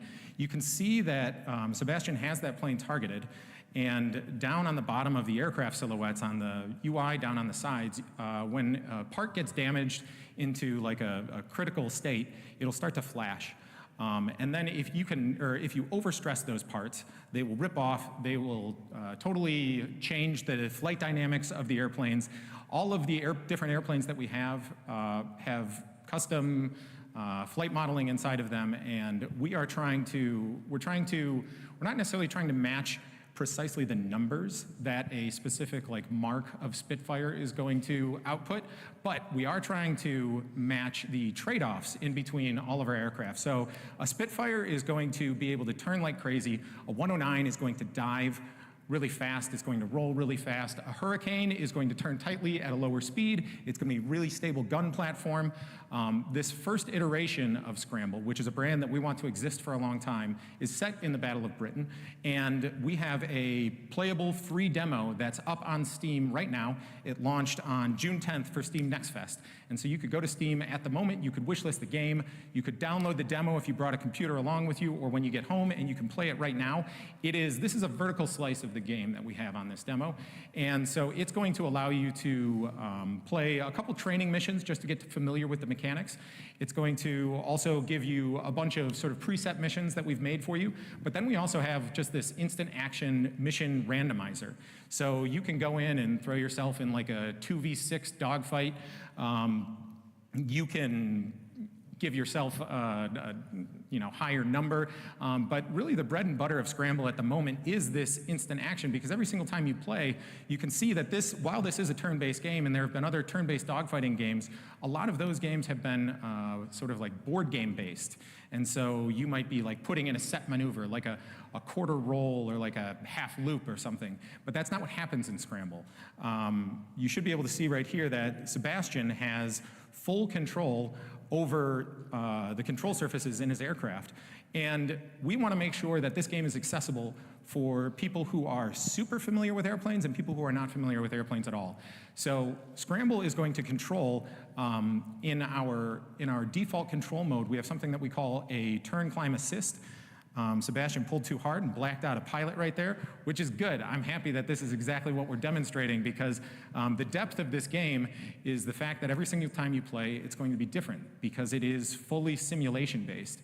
And so in our default control scheme, which is the one that Sebastian is using at the moment, we have something called a turn climb assist enabled. And so when you fly an airplane, you do a lot of things. You mess with your ailerons, you mess with your rudders, but when you want to go and turn, that's a non-trivial maneuver for people who are not super familiar with airplanes. So we, in this turn climb assist, when you, on your turn axis, it's coupling some of your roll and some of your yaw control, so that basically when people move their sticks around, the airplane is going to, it's going to move to the right when they press to the right, and it's going to move up and down when they press up and down. And that makes the control scheme pretty much as accessible as something like an Ace Combat game, but when it launches in full, we will have a full 3-axis control scheme that allows you to play with rudder and ailerons and elevators all independently. Sebastian's playing on a gamepad. The game controls fantastically on a gamepad. We have remappable controls, so this kind of community is probably going to be interested in if they'll be able to hook up their hands-on throttle and stick. I'm sure that you guys will be able to figure out how to hook up all of that stuff yourselves. It's all going to be independently mappable, so you'll figure it out. But it plays fantastic on a gamepad. It also plays great with mouse and keyboard. The game can be interacted with almost exclusively with the mouse, or almost exclusively with the keyboard. We give you camera and airplane controls available with both of those sets. And eventually, Scramble will launch with a Battle of Britain campaign. It'll have, you will be a squadron manager. You will maintain a squadron of pilots from the beginning to the end of a Battle of Britain campaign. All of your pilots will be unique. They'll all have specific traits that either boost or limit their capabilities in certain dogfighting situations while they're in the sky. They will get fatigued. They will die. We'll have permadeath in there, and so it'll be a pretty big, robust thing. So to close, I'd like to make sure that you guys all know that, oh, I thought that was, is this, no, that's the game. That's it. That's the slides. So to close, you can find this game on Steam right now. You can download our demo as early as when you leave this show if you want. You can go, if you go to slitherine.com/scramble, that'll take you straight to our Steam page. So please go check it out, wishlist it, try the demo out. If you are interested in contacting me, if you're a customer, if you're a media person, if anything about this interests you, you can find all of my contact information here. Thank you, everybody. I really appreciate it. Have a great weekend.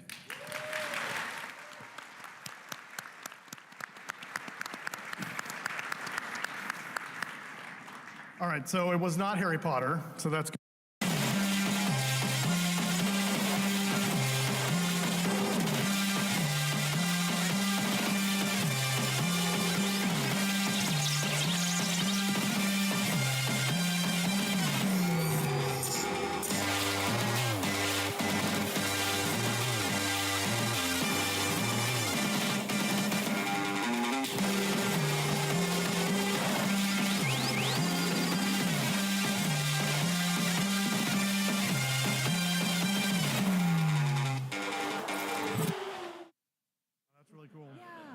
Yeah, going out. That wasn't the Blackbird video, was it? It was just a little tough. That was, yeah, what the heck? Did they mistakenly play it? We should also get a photo before Absolutely. runway. We also listened to you guys. You needed the 2 long flights to get here, and the jet lag is just about to wear off. Very good. My name is Magnus Axholt, and together with Stephen O'Connell, we founded this company some 20-odd years ago. We were college buddies at the time, but that's a different story. We're here to do Navigraph Chart's feature announcement. Joined on the stage is also Jason. You might know him from our YouTube channel. At Navigraph, he works as a technical support specialist because you know a darn lot about the SimBrief performance calculator, for instance. You also have a sweet voice that we use for the narration of our YouTube productions. You should go to the YouTube video. We have one on Miami, which is quite nice. But there are others as well. Am I coming across? Okay, cool. Right, so can we do a little poll here by just raise of hands? I just want to know how many of you out here who are Navigraph users.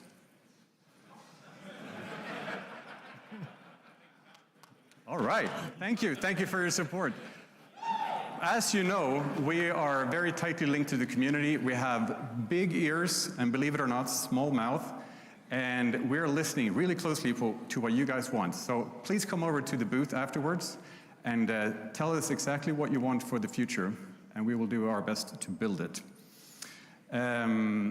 Also in the booth, we have a little surprise for you. As you might not know, Navigraph has a side gig. We're also a food company, apparently. Previous shows, we have offered a hot sauce, which some of you still have in your fridges, I believe.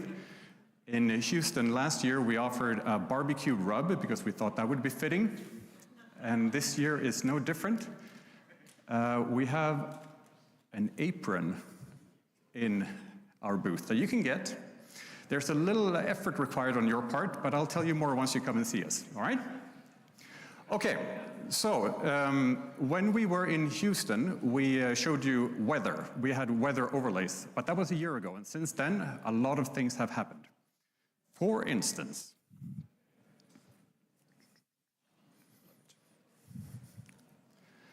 you know, you have one of these usually in your back pocket. Did you know that you can follow your flight on your iPhone while you're away, or Android for that matter, while you're making some tea or when you're at dinner? You can make sure that your transatlantic flight is going as planned.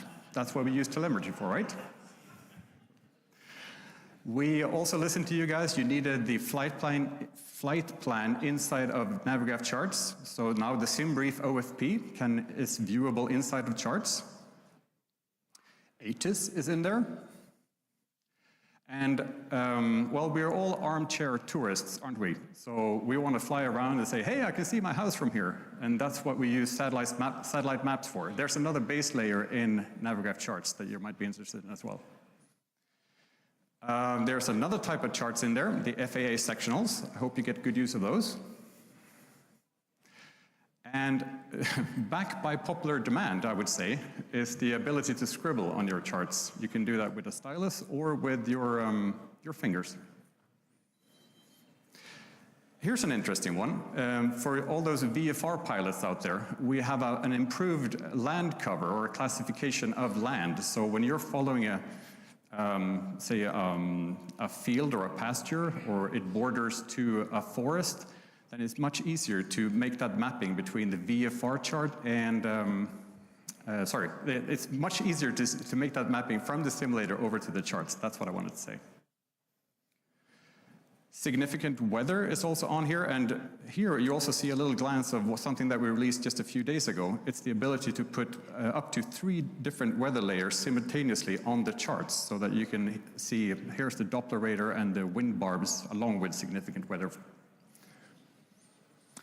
Derek at SimBrief, he coded up a thing which is very useful. You can now calculate 2 or more different routes and then compare which one you want. That's a nice one. And I hope you haven't missed the performance calculator.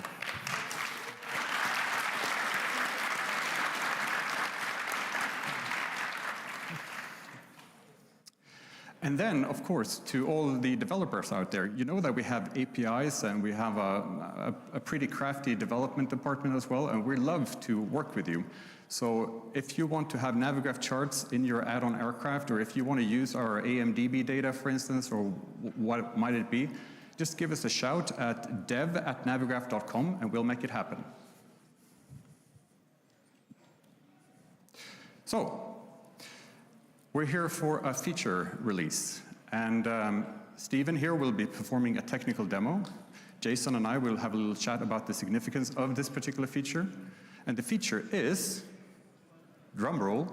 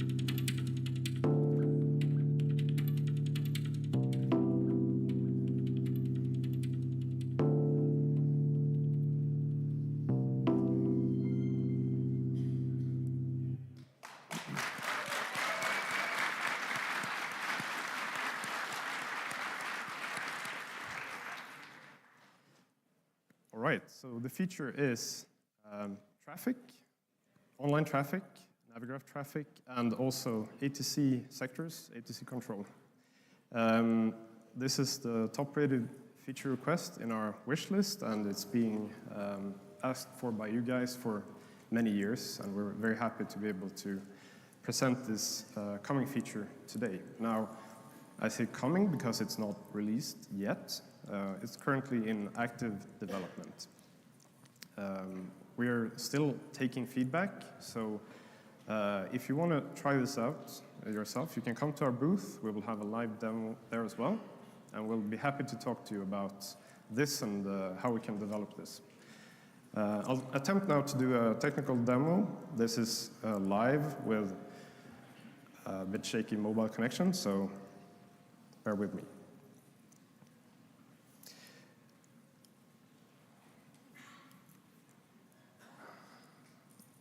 All right, so at the top here we have a new button called Networks.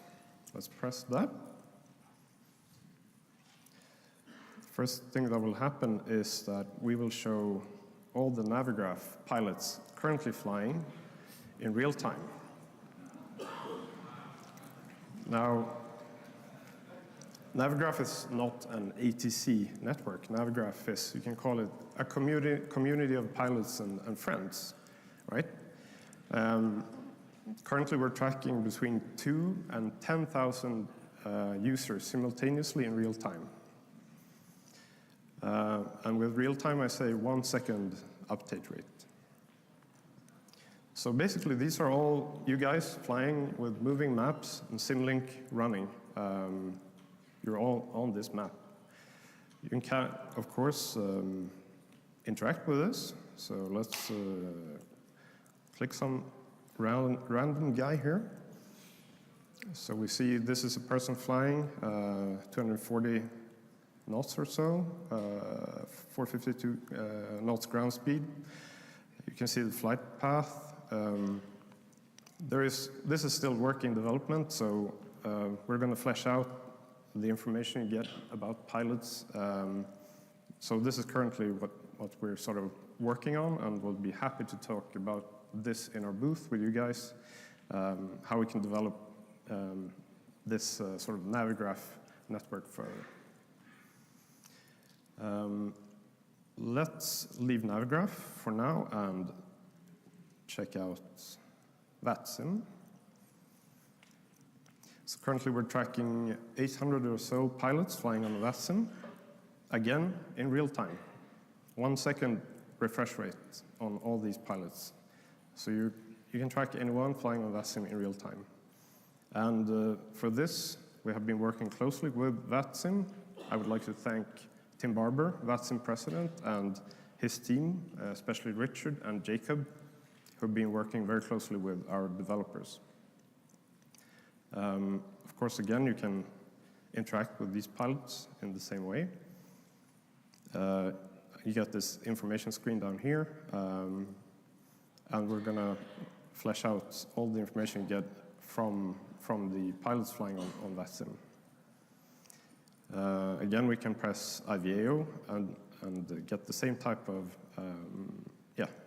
real-time refresh also here. We've been working very closely with the IVAO web development team, especially David Chikachev for the smooth integration work here with a real-time connection. Now, checking the online pilots is one thing. We can enable this button here to see all the controlled airspaces currently.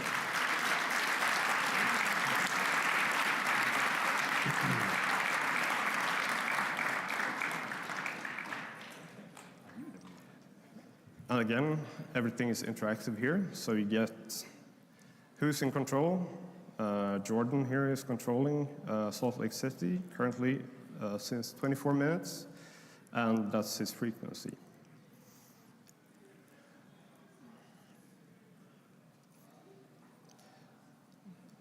All right, so what you can also do is all these flight paths are in 3D. So you can check also the altitude all the aircraft are flying to see basically where they're coming from. You can see their approach, their descent, and we're also planning to show where they're actually going.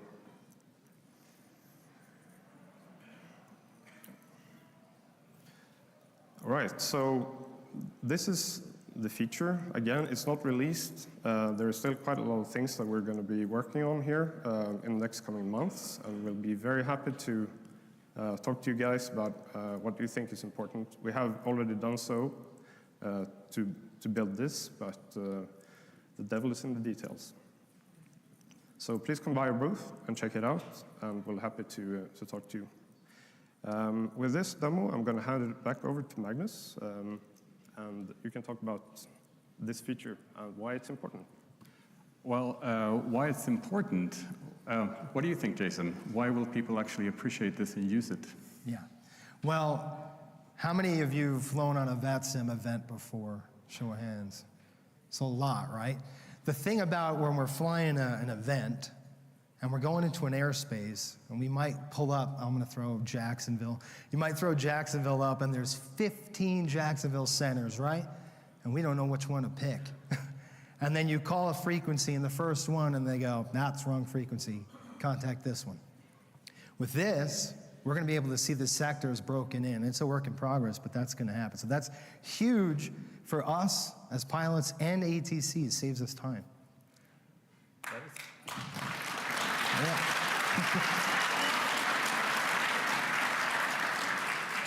Now, here's the thing. We would love for you guys to come to the booth and show us what is the last 5–10% that you want to add to this, or 100 for that matter, we don't care.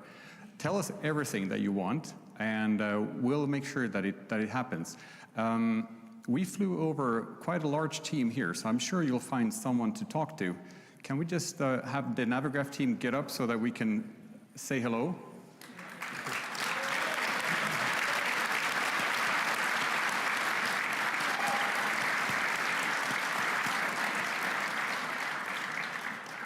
So any one of us on the team is happy to speak to you and see what we can incorporate into this. Now, Stephen, can you tell us a little bit about what the additional interfaces will be that we plan to add? There was something about a profile view and something that you mentioned 3D and so forth. Right, so of course it's important to see the flight from a top-down view, but to be able to see the flight path in 3D and also the change in airspeed, the change in altitude is important. So this is something we're going to add, probably as a little widget appearing at the bottom of the screen for any aircraft that you click. That's one example. We have many ideas, and we're happy to hear your feedback again about other ideas. Right, and also I think people are curious. Could you mention something about the technical challenges that were needed to overcome to achieve something like this? Well, it's the main challenge has been getting this real-time connection be as smooth as possible, both for our infrastructure, but also for the client. We don't want to bog down the end user's computer too much. So even though we're displaying about 10,000 aircraft moving in real time here, we have really tried to optimize this to have as little footprint as possible, which we've managed to achieve now. So that's been one of the biggest challenges. I don't know if it's me or who it is, but Jason here would be really happy to take some of the questions from the floor. You want to pick them? I want to pick? All right. How about this gentleman over here?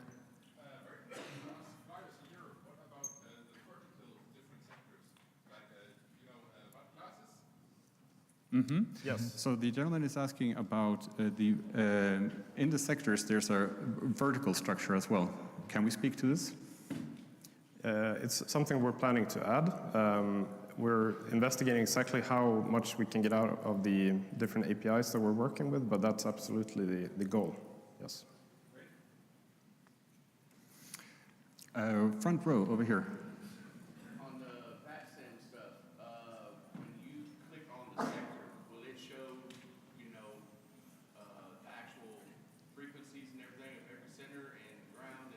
Yes. Yes. So Currently, we're not showing ground and tower in this demo, only the sectors, but that's for sure added soon. And for you folks in the back, the question was, if you click a sector, will you see all the frequencies in there? And the answer is yes. I believe there was a question, gentleman in the colorful shirt.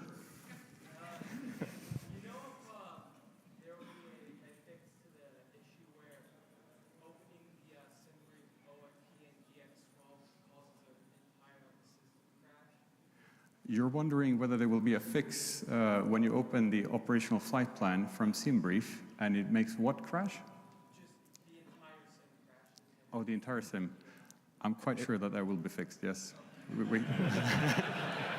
We can't have that. Yes, over here.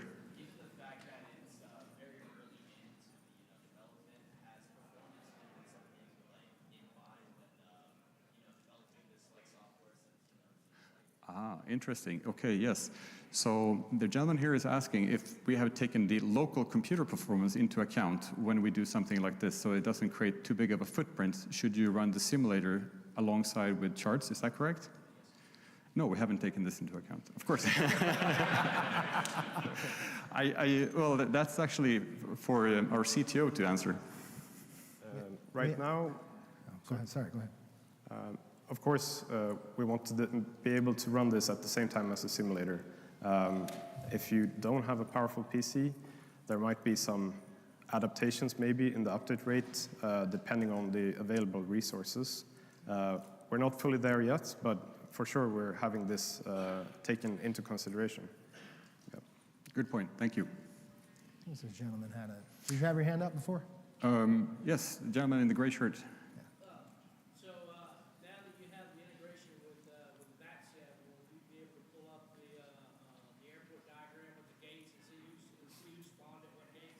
Yes, sir.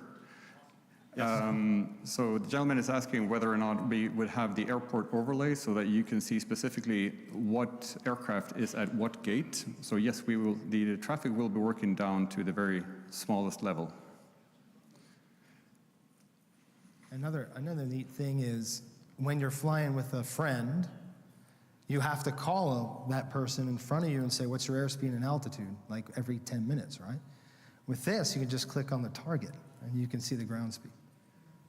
So, we had a question over here. Yes.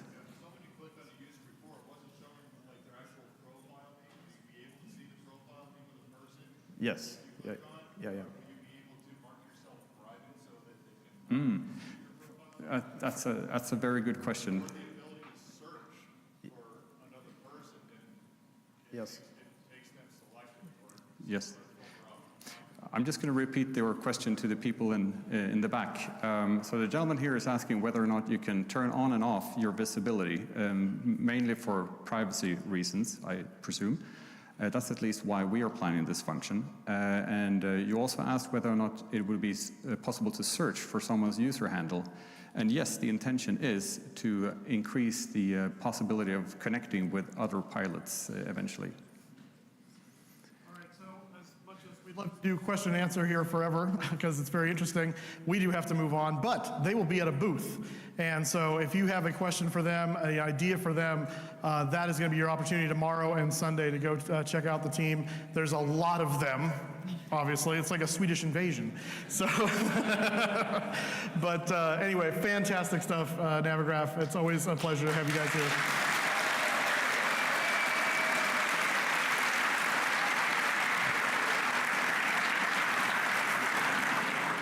All right, panel, what do we think about the Navigraph? The Navigraph is the Navigraph, and there's really not much more you can say other than they are the Navigraph. Exactly. It is. If you guys don't use Navigraph for your flights, I mean, you are missing out on so much. I mean, one of the things I didn't actually hear them talk about was the fact they added VFR sectionals. Yeah. You're having a good time. It's a good sit. This is a good expo, let me tell you. I do have to say I don't like carrying stuff quite so far on these hallways, though. 300 pounds back and forth, it's not as much fun as it sounds, I assure you.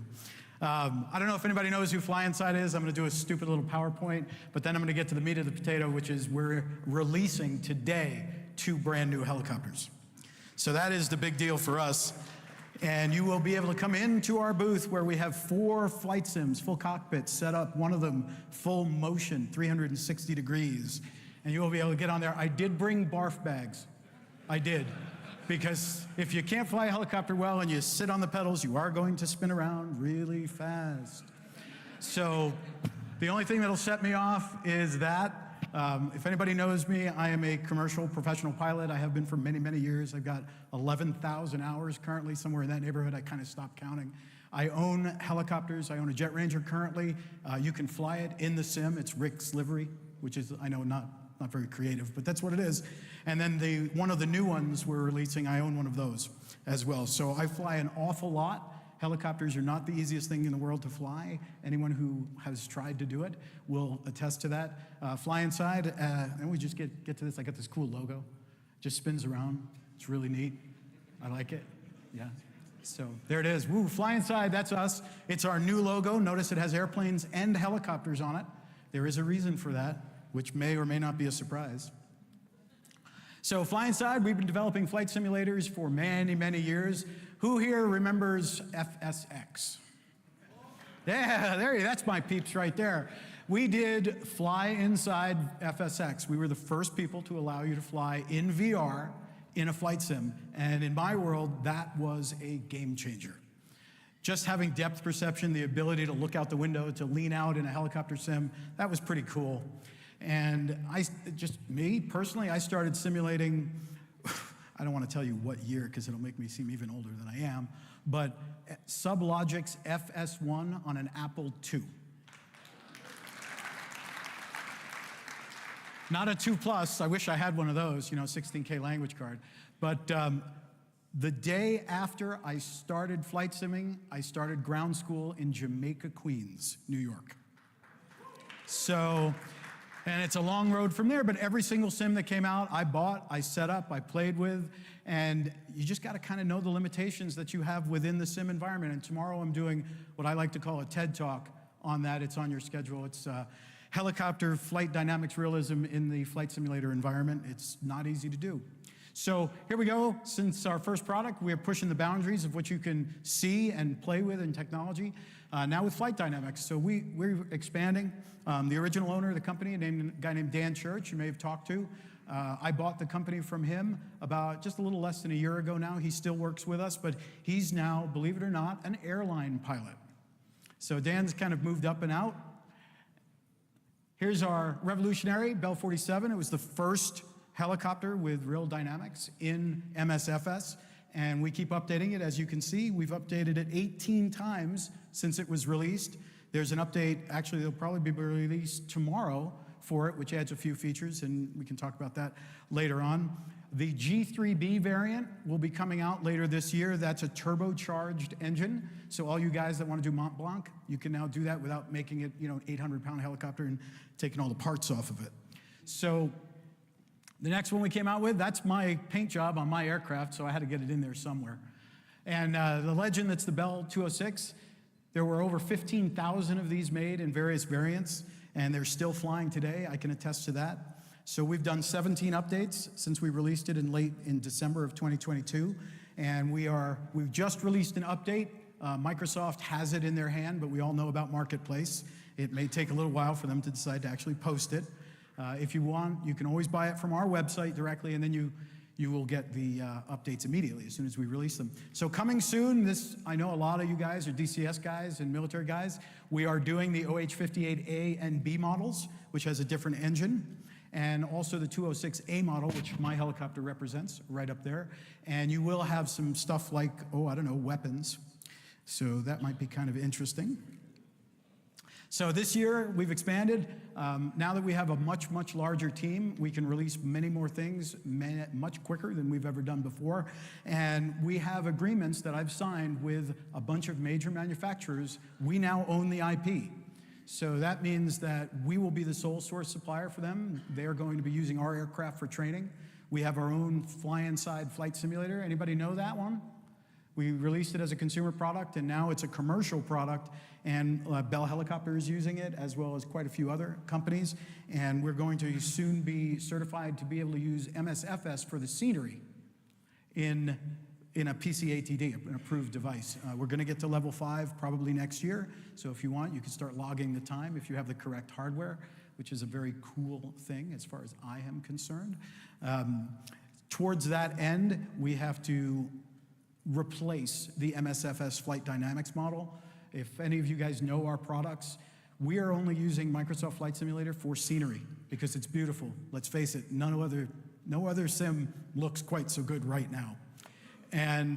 But it's limiting because Asobo decided that helicopters weren't really the most important thing to them, so they did it as best they could, and they did a really good job, but they're really focused on gamers rather than hardcore simmers. So if you want to have something that you can hop in and fly around like a hero, more power to you. That's fun, that's the way you want to fly. But if you want to learn how to fly an actual helicopter, it is not the easiest thing in the world. If it was, more than 1% of all certificated pilots would be helicopter pilots. So it's hard, but it's a super rewarding thing to do. In our Heli Manager app, which is part of the WASM file, you can actually slide down the realism and up the stability, so you can fly it like a UFO if you want to, but the goal is to fly it in its native state. So, without further delay, our promised new helicopter releases for Flight Sim Expo 2024. I have kept this very secret.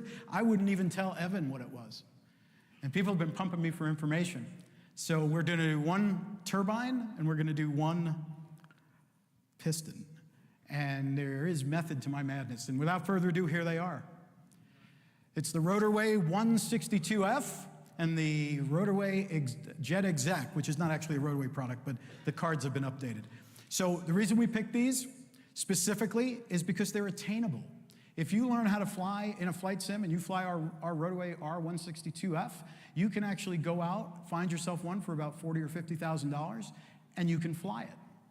That means that you could actually translate your flight sim experience to a real aircraft. That says something. And you know what? It's fun. I have a 162, which actually I don't. I have an Exec 90, which is the earlier one that I built a mechanical fuel injection system for, so I don't have to deal with computers. Crazy, right, for a computer company? FADEX blue screen of death when you're flying in the air. Well, death could be part of that equation. So these are not super fast. They're very, very, very maneuverable. The Jet Exec has a nice turbine in it. Everybody loves the smell of Jet A in the morning. So let's get into a little details here. One of the easiest ways to go from flight simulation to flying in the real world. Try it. Could be in your future. They're a lot of fun to fly. They're small enough to keep in your garage, if you have a reasonable sized garage. So, of course, it comes with half a dozen liveries right now, and we'll be releasing many, many, many more. We have a thing where if you guys want a custom livery, go on Discord, go on our channel, ask for it, send a bunch of pictures, and our guys will make it for you, put it in the next update, so anybody you fly with gets to see your livery. You don't have to go and download something separate.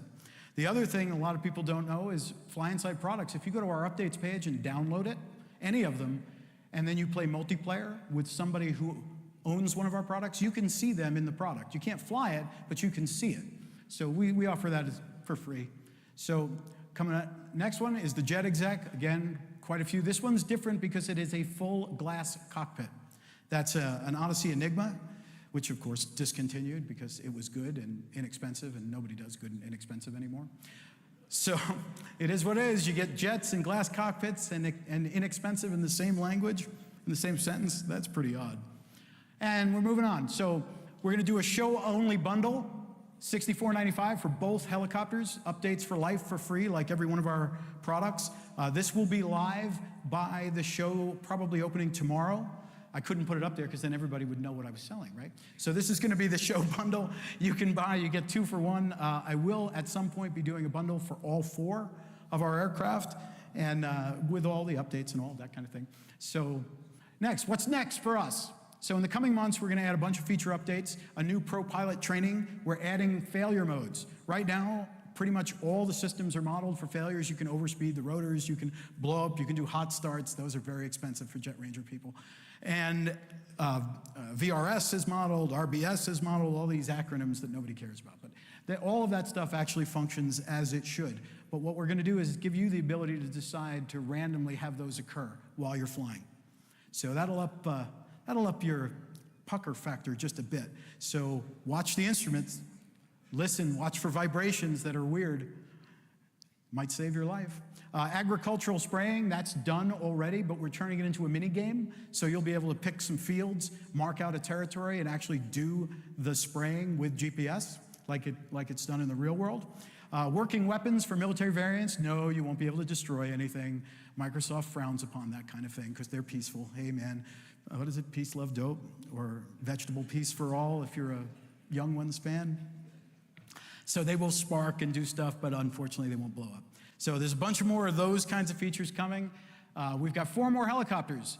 Composite Effects, who makes the Mosquito, we are doing all of their aircraft, and we have the IP to do it, and they will be using it for flight training on their own trainer. Some of you have seen them. They're very inexpensive, and they're doing experimental helicopters the right way. You go to them and build it with them, so you know it's going to be done properly. So it's the Mosquito XEL, which is a lightweight engine, the XE, a little more power, the XE290, I call Big Bertha, all piston, and the XET turbine, which also uses a Solar T62. Next, we are doing Enstroms. We have signed a deal with Enstrom to do all theirs for training, and they wanted us to do all their legacy stuff, which we will. And I used to own an F-28A, which is a dog. It looks like a toad, but it's a really fun helicopter to fly, 3-bladed, fully articulated rotor system, elastomeric bearings. That's going to be done. Also, the military training variants will be also done. Next, very slow. This is the secret, guys. This is what you came to see. We are doing the Gazelle.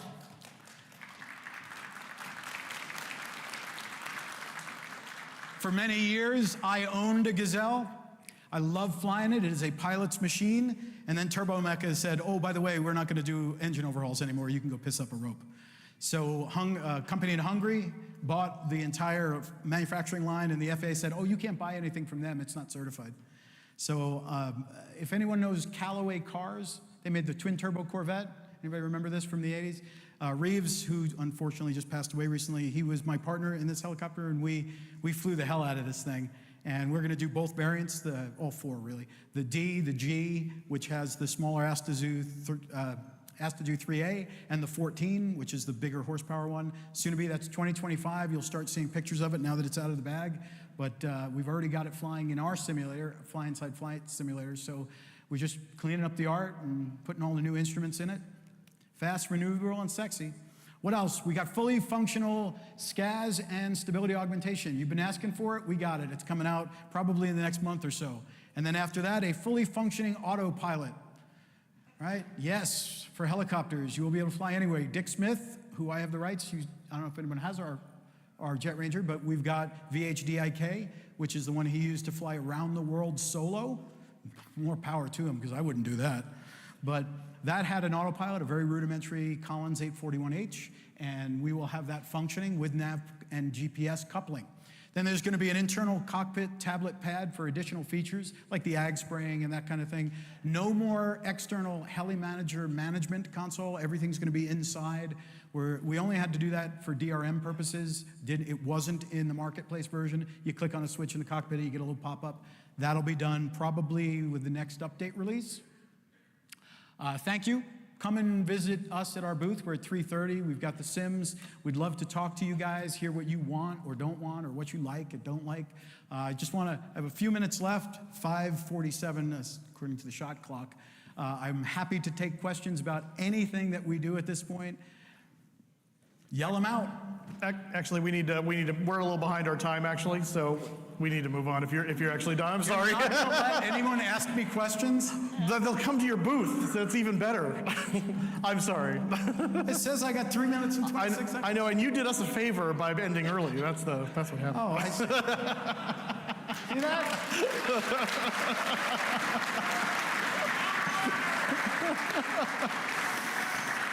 But that is awesome. I know a number of people in here that are really into the helicopter flying stuff, and I've tried my hand at helicopters, and I am not a good helicopter pilot. So it's an entirely different kind of flying altogether. But they're very cool. So what are you guys' thoughts on what we just saw? Well, I've actually used a couple of the Fly Inside products, and they're definitely on par. They're tough. The thing about helicopters is going from fixed wing to helicopters is, with fixed wing, it's turn. With helicopters, it's turn. And if you don't remember that, it's turn. So they're definitely really good products, though. I'm excited for them. It's going to be fun. Yeah, very cool. Yeah. Have you tried helicopters before? I've never tried flying a helicopter. It's probably... Explain. You can hear the announcements made by a captain and the crew. It has simple integration, as I mentioned before. In each language, you can hear in each flight, you can hear multiple languages. So, for example, if you're flying from London to Warsaw, you will hear announcements in English and Polish. You can, of course, update it if you need to. For example, if you're flying German national football team, you can change it to German. And one of the features is custom voices. You can record your own voice, your wife's voice, or whoever you want, if you have permission. And you'll hear their announcements as a captain or a cabin crew. So I'd like to show you how custom voices will look like. For that, let me please introduce my lovely wife, who's here with me today.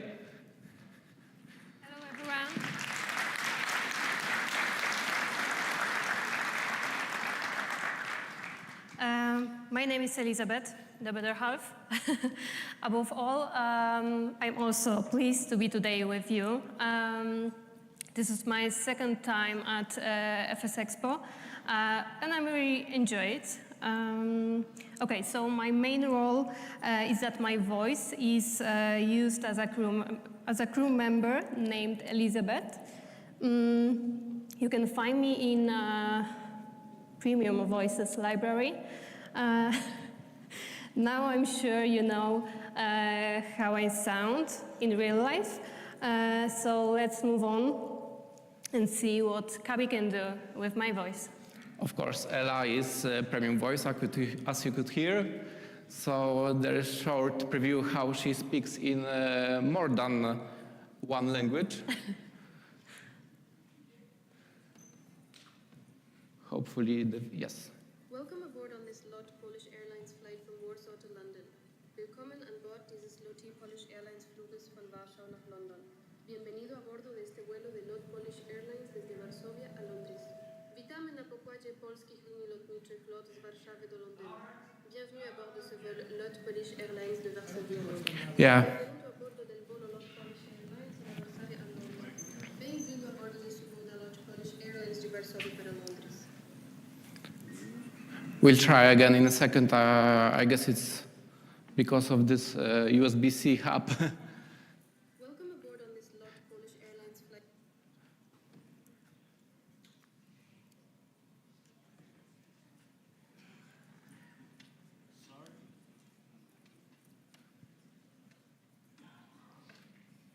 You can try to repeat this in using your mic.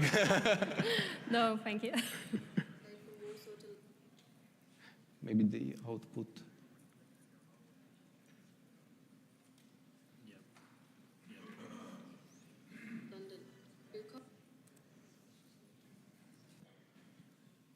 Oh, okay, yep, go ahead, do that.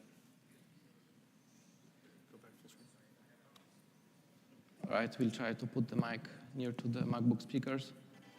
Welcome aboard on this LOT Polish Airlines flight from Warsaw to London. Willkommen an Bord dieses LOT Polish Airlines Fluges von Warschau nach London. Bienvenido a bordo de este vuelo de LOT Polish Airlines desde Varsovia a Londres. Witamy na pokładzie polskich linii lotniczych LOT z Warszawy do Londynu. Bienvenue à bord de ce vol LOT Polish Airlines de Varsovie à Londres. Benvenuto a bordo del volo Lot Polish Airlines da Varsóvia a Londra. Bem-vindo a bordo deste voo da Lot Polish Airlines de Varsóvia para Londres. All right, sorry for that.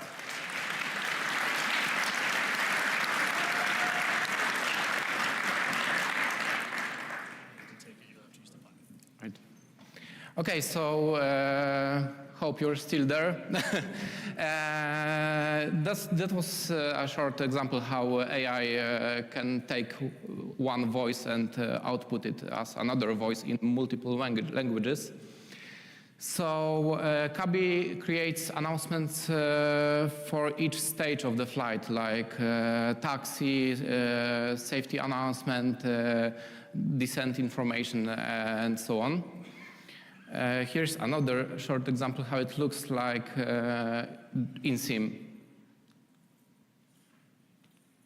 Hope it works this time. Ladies and gentlemen, on behalf of the crew, I ask that you please direct your attention to the crew members as we review the emergency procedures.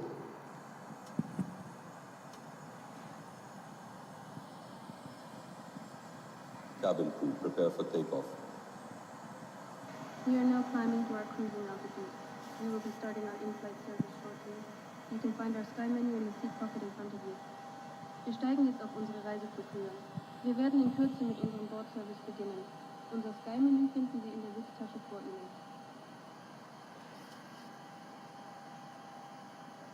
Ladies and gentlemen, the captain has turned off the seatbelt sign.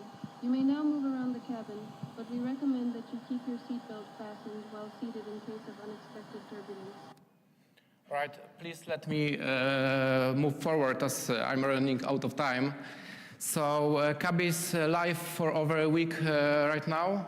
Here are some statistics. There was over 6,500 flights, and almost 1 million characters generated by AI. I think it's all right for a small project developed by one person. I hope it grows. There were a lot of feedback from my current users. Here are some of the changes that are planned for the next weeks and months. So a lot of users need custom security briefing audio, so you can upload like British Airways audio or American Airlines, and you want just to hear it.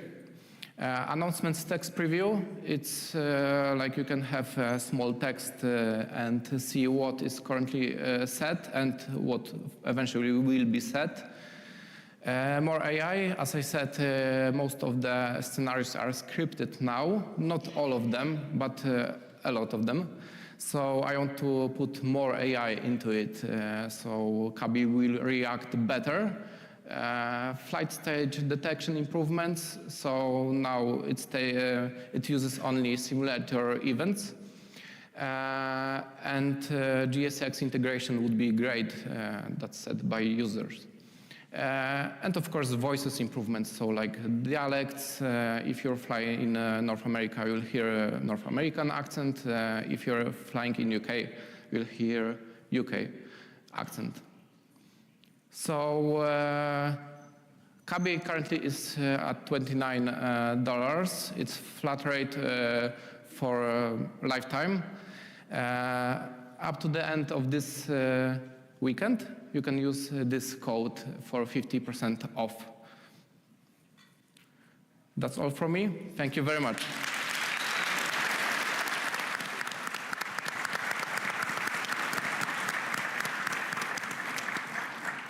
Thank you, guys. It's exciting to see.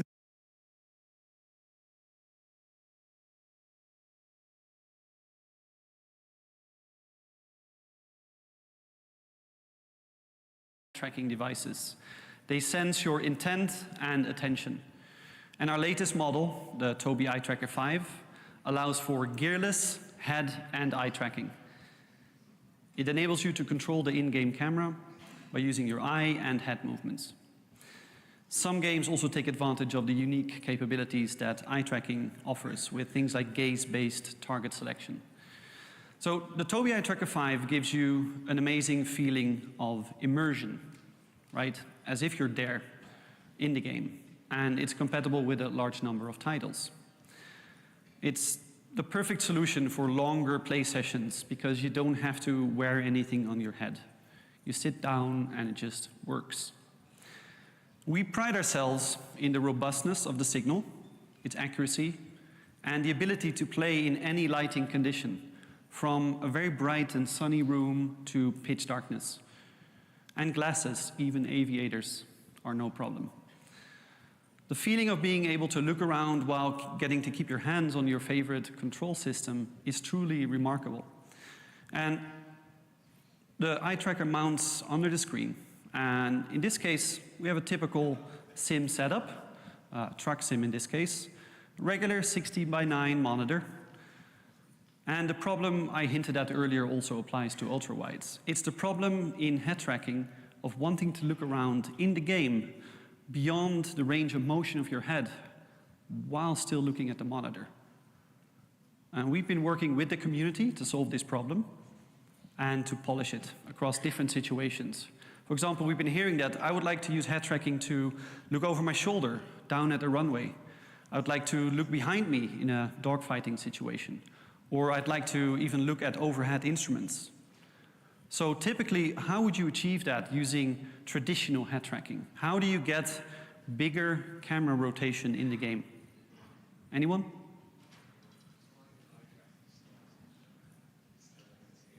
Yep. So you can crank up the sensitivity, or you can use an acceleration curve. That's the kind of old way of doing it. This has created an entire, I would say, art of making curves and people exchanging the best settings. The problem is you have to get used to that curve, that acceleration curve. And it's not intuitive, and it's also not dynamic. It's one curve and you're stuck with it. And if you increase the sensitivity of the head tracking, it's even worse, because it means that the small micro movements that we normally already make, they get exaggerated, and that's not a great experience. But we crack this. Introducing Camera Boost. Camera Boost creates an additional boost to your head tracking when you rotate your head towards where you're looking on the screen.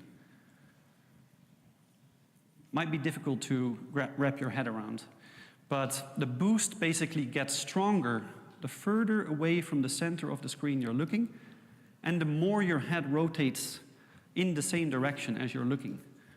Actually, this is how things work in the real world. If we have, let's say, in a dogfighting situation, you pick up an enemy fighter in the corner of your eye. First, your eye moves there, if you would be in a real cockpit. Then your head would follow really quickly. So we've looked at our normal biological behavior, and we've basically applied this in our algorithms. So here's an example. In this example, you can see a user looking to the far top right. And in this case, it would cause a big increase in head tracking if he or she would move their head into that direction.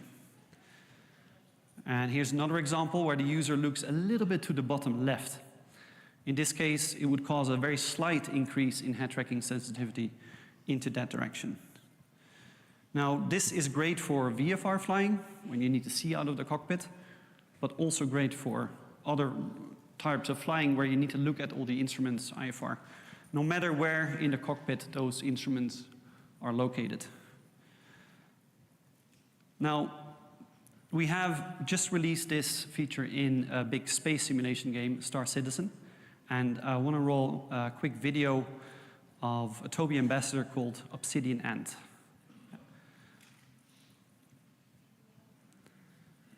Camera Boost feature takes into account what you're actually looking at with your eyes whilst you're making head movements, and this overall makes head tracking feel way more natural.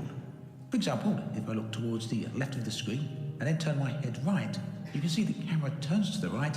However, it never goes quite so far as to make the object I'm looking at go out of frame. In other words, the Camera Boost system is taking what I look at into account when moving the camera. The camera moves smoothly, and what I'm looking at somewhat restricts how far the camera will actually rotate. It's an intelligent system that just makes everything feel way more natural, and I think that probably speaks for itself. Now, on the other hand, if I'm to look to the right and also move my head to the right, the game understands that I'm actually trying to see much further to the right. Therefore, the camera rotates much faster. And not only that, if I keep my eyes looking to the right, the camera actually has a greater degree of motion. Notice how now the camera isn't restricted, but actually very quickly looks over my right shoulder. I think it's self-explanatory what the camera boost feature then will do for situational awareness in the game. And not only that, it adds immensely to the immersion. The same tracking method works regardless of whether you're in your ship, walking around, or simply sitting down and chilling out.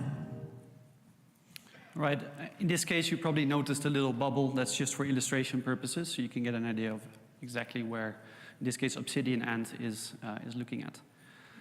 So Camera Boost is available today in DCS, in Star Citizen, and in War Thunder. And it's coming soon to Armor 3, Elite Dangerous, and X-Plane. And we hope to announce more future games soon. And this weekend, you can try Camera Boost yourself, because I can talk about it, try to explain it, but you have to just experience it yourself, how intuitively this works. And you can try it out in DCS over at the booth of our friends at Thrustmaster. Thanks very much for your attention, and see you on the show floor. Tobii out.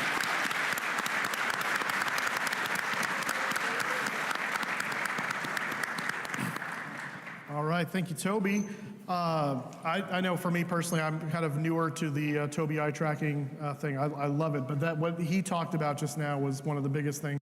Guide to Flight Simulator, our Aircraft Checklist Pro.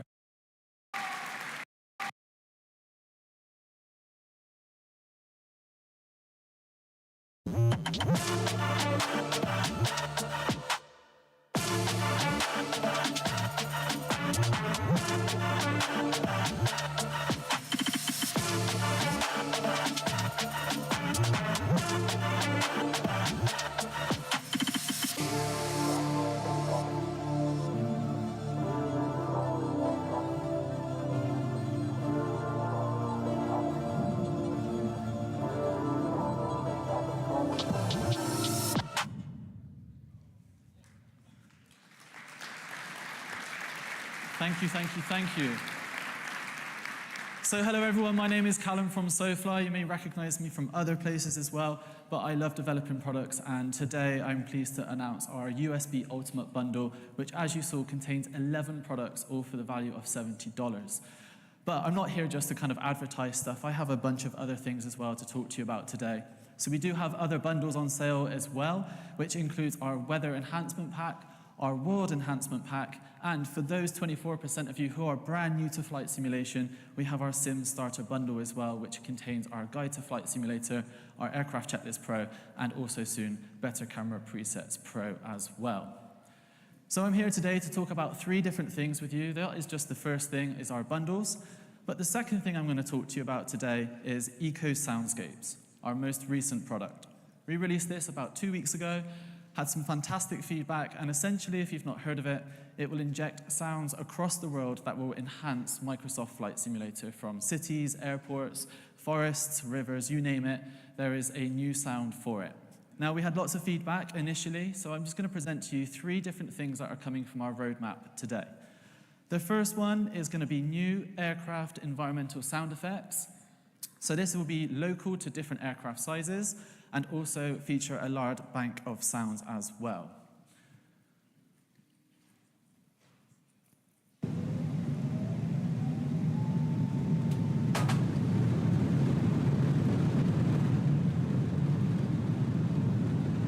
So this is the default 747 within the sim, and we've added a bunch of extra sounds to it just to give you that extra little bit of realism.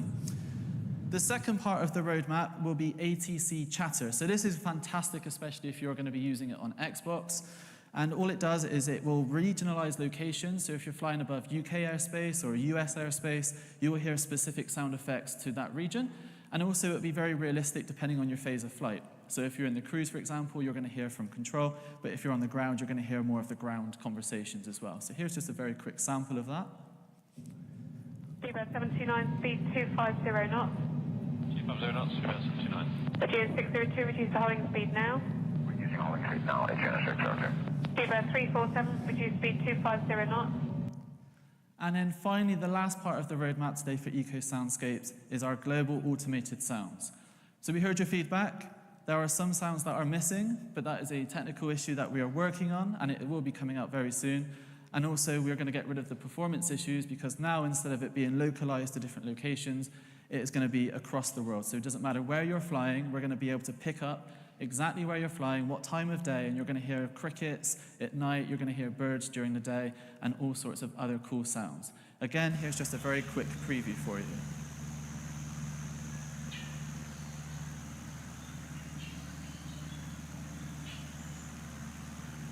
They're quite subtle sounds, but it does add that extra level of immersion. So, as I said, we have 3 things for you today, and I have one more thing. But if you do have any questions, please do come by booth 600, where you'll meet some of the fantastic team from SoFly, and we'll be able to share a little bit more about what we have coming up next. But now, please sit back, relax, and enjoy this video.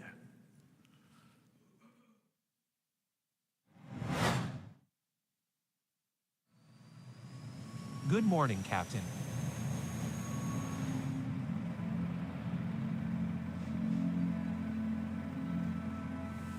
Morning. I've got your fuel report. Do you want cream with your coffee?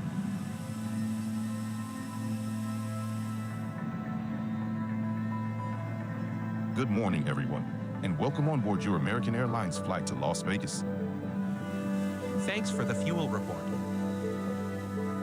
The final aircraft door is now closed, so please make sure all portable equipment is now in flight safe mode or switched off. Cabin crew, arm doors and prepare for the safety demo. In preparation for departure, be certain that your seat back is straight up and your tray table is stowed.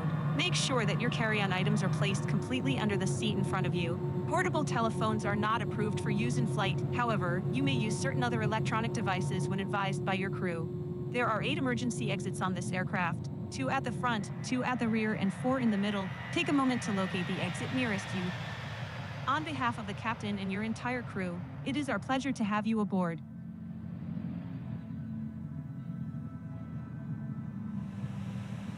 Final flight of the day. Cabin crew, doors to automatic and cross-check. Please prepare for a manual demo. There is a safety card in your seat pocket. In the unlikely event of an emergency, if the cabin pressure drops, oxygen masks will drop in front of you. Put your own mask on before helping others with theirs.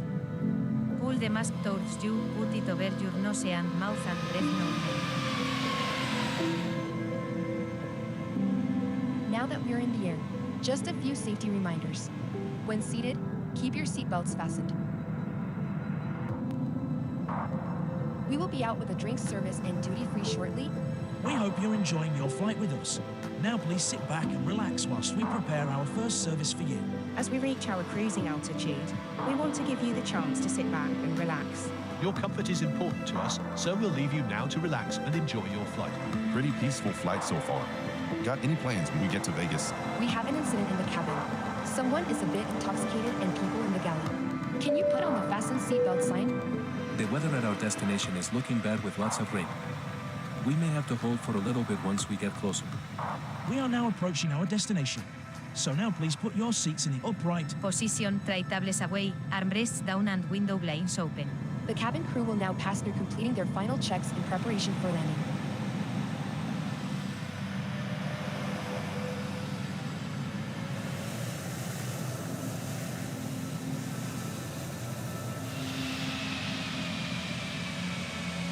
For your safety, please remain seated until the captain has turned off the fasten seatbelt sign, and we have come to a full and complete stop. When opening lockers, do take care in case anything is falling out and remember to take everything with you. Thank you. Gracias. Thank you so much for flying with us.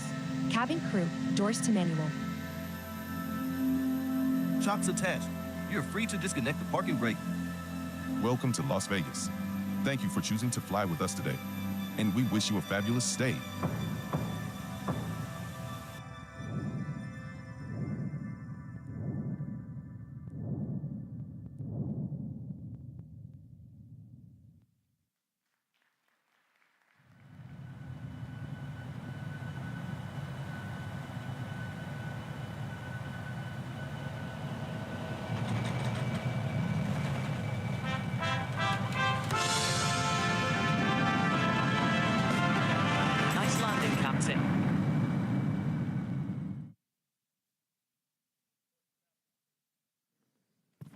There we go. There's an important caveat there at the end, the one price, no subscription. That's awesome. But it's one word comes to mind is, or I guess it's two, immersion, I think is the. Yeah, do we just change the? Thank you. So Ben, tell us a little bit more about what's in RC and what's coming after. Let's see. So X-Plane 12.1.0 is our biggest patch to X-Plane 12 since we released. It is as big as the previous two patches combined. We touched a ton of stuff. It's a really big graphics update for us. We got in bloom and depth of field, as well as a screenshot tool, so people have been taking really great photos with it. A whole bunch of quality improvements to the graphics, new particle effects. Try having your landing gear collapse, scrape an engine. It looks really, really cool. It's also a really big update to the weather engine. We did a lot of work on how we blend clouds together, especially when real weather is on and you have different storm systems coming together. And it's actually also a big update for our systems avionics. The G1000 got an upgrade. We put in an entirely new API for third parties to create their own glass displays. It's gonna have much better performance. This was just a really big release for us. Here's a couple pictures. Of the clouds, of the night views. We gave Las Vegas an update because we had to because we were coming here. And our add-on developers got into this too, and they took some really nice pictures using the new screenshot tool. So this has been a big release for us, but we have more stuff coming. So in a few minutes, we want to tell you about some of the things that the development team is working on now that we're hoping to get to you really soon. And the first area is some new things coming with X-Plane's avionics. We are putting synthetic vision into X-Plane's G1000.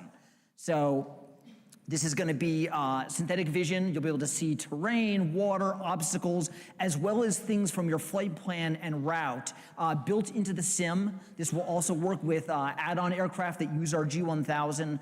And we're driving this off of the data we already have on your graphics card, so it should be very high performance. We're hoping not to have a frame rate hit, even though you get all of this extra detail. So here's a picture of what it looks like. This is an approach, and you can see the arc that the GPS expects you to fly as hoops in the sky, as well as terrain and obstacle avoidance. So that's going to be a really nice improvement to the G1000. We're also working on weather radar, and this is a realistic simulation of how the weather radars work in an airliner. So it's not just a map of radar, it's actually sweeping up and back. You can tilt it just like in a real airliner. If you tilt the plane, you can fly with or without stabilization. And once again, we're doing this on the graphics card using the data we already have so that we can get all this detail and still have it be high performance. The weather radar also does ground reflections, right? So it's a radar if you're flying and there's a mountain ahead, it's gonna bounce off the mountain. Let's see if we can get the video going. So this is just a little bit of in-game capture of our 737 with the new radar, and Philip is flying into Innsbruck, and if you've ever flown into Innsbruck, you know that the mountains are next to you, they're above you, and what you see is that the terrain reflections are showing up on the radar, and you can see the sweep going up and back in the simulation. So we're pretty excited about that. A couple more things we're working on. Dark cockpits. We've done a lot of work on X-Plane 12 since it shipped, and this is probably the one biggest thing that we hear about most, is that the cockpits are too dark. So there's really two issues here. The first question is the image we're rendering correct? Is X-Plane's lighting model doing the right thing? And the answer to this is actually yes. We spent a bunch of time looking at it, and we're pretty sure the lighting is working the way it should. The second question is this something that you would like to fly? And the answer to that is absolutely not. The cockpits are wicked dack. Here's a picture that I sometimes show of my son in a real Airbus cockpit, and you can see that the sky is really bright and the cockpit's really dark. Here's the thing. This picture was from my iPhone 10 years ago, and it's a lousy looking picture, right? No one actually wants to fly a flight sim that looks like this. The problem we have is exposure. We have the right lighting model, but what we don't have is your brain. your brain takes all these different light levels and allows you to see really bright things and really dark things at the same time. So we made this roadmap after X-Plane 12 shipped of what we wanted to do. We wanted to fix any bugs in the lighting model we could find, and we did find some. They were mostly color bugs and not brightness bugs. We wanted to do more careful measurements of the real world. So we give light meters to real pilots, we do ray traces, we have a bunch of things we do to try to validate that the lighting is right, and we're mostly done with that, and we think the lighting is right. And then the final step is, if the lighting is right, but the exposure looks ugly, it's time to fix exposure. So what we're going to do is bring back exposure fusion. Exposure fusion is a feature that you might have in your smartphone that takes an image and exposes different parts of the image at different brightnesses in a way that looks realistic but lets you see more detail. So let me show you a picture. This is a 3-part image of a really difficult scene for X-Plane. This is a hard case. This is Innsbruck with thunderstorms, with the sun directly behind the clouds with silver linings and blooms, and the Airbus cockpit backlit. So this is a really hard scene with bright outside world and a dark cockpit. In the left third of the image, you're seeing what we ship now, and it's really hard to see inside the cockpit. In the middle third of the image, this is with bug fixes. The mountains look dark when they're in the shadow of the clouds like they should. This is something we fixed that's going to make the images more realistic. But the cockpit is still really dark. And on the third side, this is a little tough to see in the ballroom of a hotel, but on the third side, exposure fusion is bringing up the brightness of the cockpit so you can start to see some of that texture and detail even though it's darker. Let me show you one more before and after. This is off, on, and you can see that with exposure fusion off, it's really tough to see the details in the cockpit. If you move your head down in X-Plane, it will bring up the exposure and you'll be able to see everything, but while you're flying, it's dark. And with exposure fusion, you can start to see some of the tone of that metal in the Airbus cockpit. So this is something that we're looking to get productized so that you can have realistic rendering, but still be able to see inside the cockpits. I can tell you about a couple other things the graphics team is working on right now. We are working on performance, a couple things. We are working on moving the lighting calculations to the GPU in a new way that should make night scenes much faster, especially if you run at 4K or if you run in VR. We've also got an improvement coming to, come on, there we go, to how we handle materials in the world, which should help your CPU. And we are working on making the main frame rendering multi-core. And that's going to be something that unlocks a lot of performance for everyone because y'all have a lot of CPUs. Besides performance, the other big thing that the graphics team is spending our time on is new terrain rendering. We talked about this at our developers conference in Montreal, but we've started work on our next generation scenery system. So this is a picture of X-Plane with third-party scenery, and when we've got a third-party base mesh, the lighting model can do a pretty good job of creating a realistic view. But we've had this trade-off between detail and performance. So we're working on a new terrain mesh system with 3 goals. We want to be able to have performance and detail. We want to be able to stream the scenery, because our add-on developers have said we want to be able to stream add-on meshes. Having to have you guys download the entire add-on before they can fly it is kind of lame in 2024, and we're trying to create a scenery system where airport designers can edit and patch the local mesh around their airport and not have to recut a large tile. So this is work that's happening now. This was what I was working on the airplane on the way here, and what we'll get back to work on when we go home. And we're looking to get some of this stuff out in Q3 and Q4 of this year in our next updates. Let me turn it over to Thompson to tell you about the X-Plane store. Yeah, so one project that I've been working on quite a bit recently is the X-Plane store. This will be a platform within the app itself and online to let you buy add-ons, aircraft, scenery, plugins, but that sounds kind of, pedestrian, and we already have that, right? But we've decided to do it a little bit better. So the plans for the X-Plane store will be integrated directly into X-Plane, which means that a lot of the points of friction in the current process of purchasing, downloading, installing, and then unlocking an add-on will be removed. This will all be built on a new X-Plane identity system that we're building currently, which will keep all of this in sync, whether you're on different computers or if you buy something on the web and then want to use it in X-Plane. We'll also update all of your add-ons for you, so you won't need to worry about what's up to date and what hasn't been done yet. You'll just be able to hop in and fly. And lastly, we're going to fix the DRM system for X-Plane. So for a while, to really protect the add-ons you make for X-Plane, you've had to make your own system or hop on someone else's third-party system. We're going to do a little bit better than that. For free, we will offer to all developers on our store a built-in DRM system that does all the work for you. No fiddling with anything. So what does this mean for you guys, for the users? Well, it'll be a convenient shopping experience directly in the app, so you won't have to keep clicking away. It will download and install for you automatically. And it will also store your payment information. We won't, I don't want it. Stripe will, they're the professionals at that. And it'll also offer tools like Apple and Google Pay, so to make it as seamless as possible for you. It's also a win for developers because they get a lot more exposure. They will be within the X-Plane app itself. They get all of the DRM wins.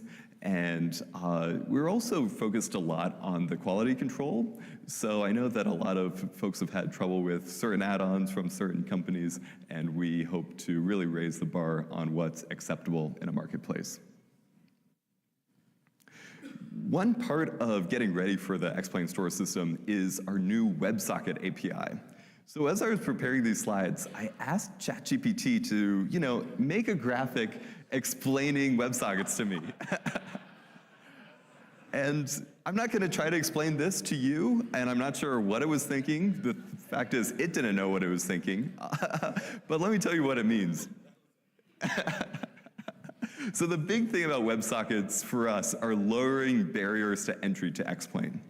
So with WebSockets, developers and most of you will be able to write applications that need data from X-Plane about all sorts of things: the state of the aircraft, how fast you're going, where you're going, what you're flying.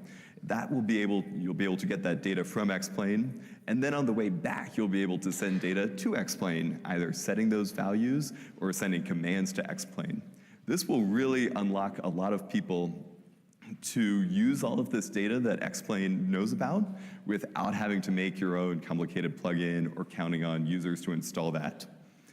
The biggest thing that I'm excited about for this WebSockets API is just getting started. With modern AI tools like ChatGPT and Copilot, it is so easy to write code for the web if you don't know anything about code. I had an interesting little project that I started completely from scratch with no knowledge. Stop by the booth if you're interested in trying that out. But yeah, so it's really all about lowering the barrier to entry and making it easier on developers. So we have a partner of ours that is launching a new product right now for X-Plane using this API, and we're going to ask them up to tell us a little bit about it.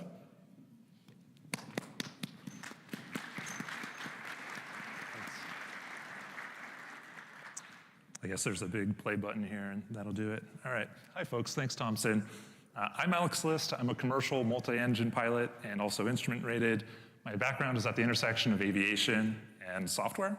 I'm friends with the X-Plane guys from my time at Beta Technologies, where I led the flight sim program for 2.5 years and built some of the best, and I'd say coolest half-dome sims on the planet. Today, I'm the CEO of a small startup called Airplane Team, and I wanted to tell you about a brand new product called FlySurely.com. What I want to show you today hasn't been seen before and has the potential to open doors to a cockpit or to a career in AI, and ultimately to safer skies for all pilots. Surely is your AI co-pilot helping you fly smarter from sim to sky. Whether you're piloting a 777 across the Atlantic from your sim room or practicing crossing landings in a Cub, Surely bridges the gap between sim and sky. Sadly, several of us at the X-Plane booth lost a friend in a plane crash earlier this year. When that happened, I decided to leave my job and try and build something to make flying even marginally safer if I could. But I also wanted to build something that respected the love for piloting that our friend had and that all of us here share. And so Shirley was born. Our product is like having a pilot friend next to you in your cockpit, a friend you can just talk to normally as you fly. So it can be, let's see here.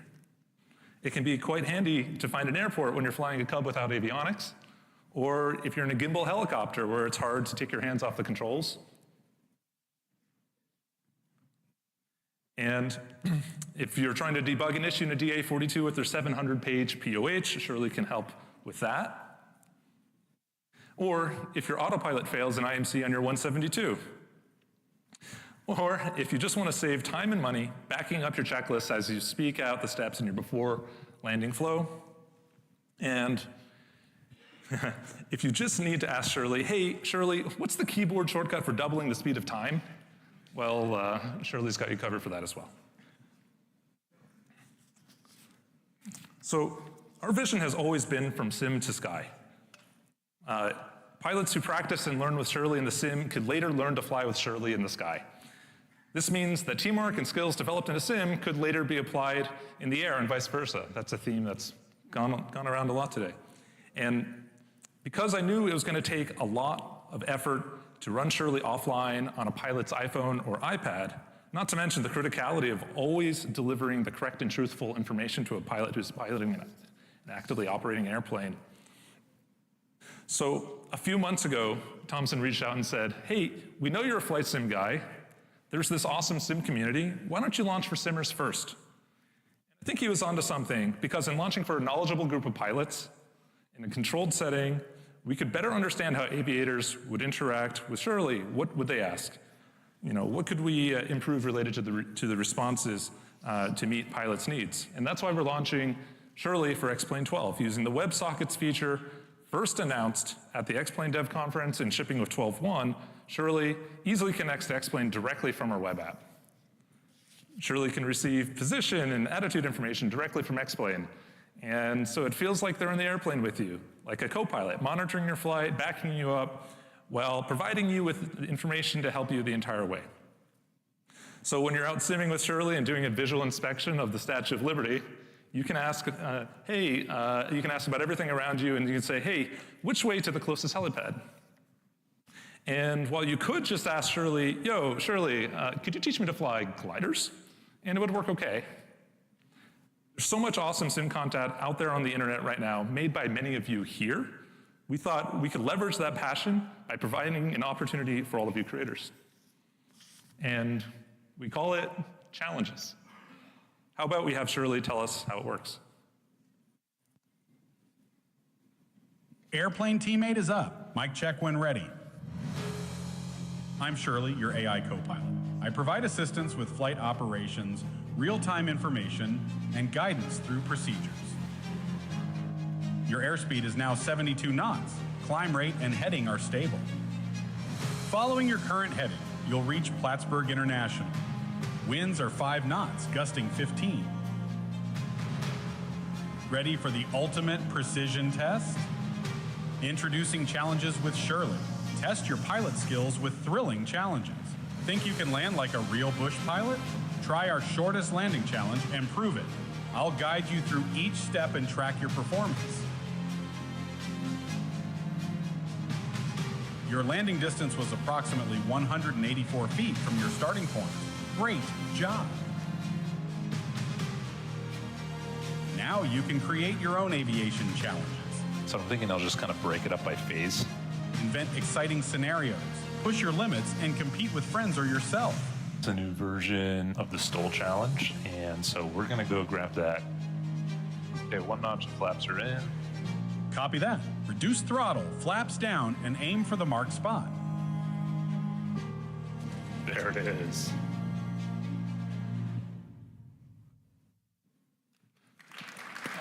Thanks.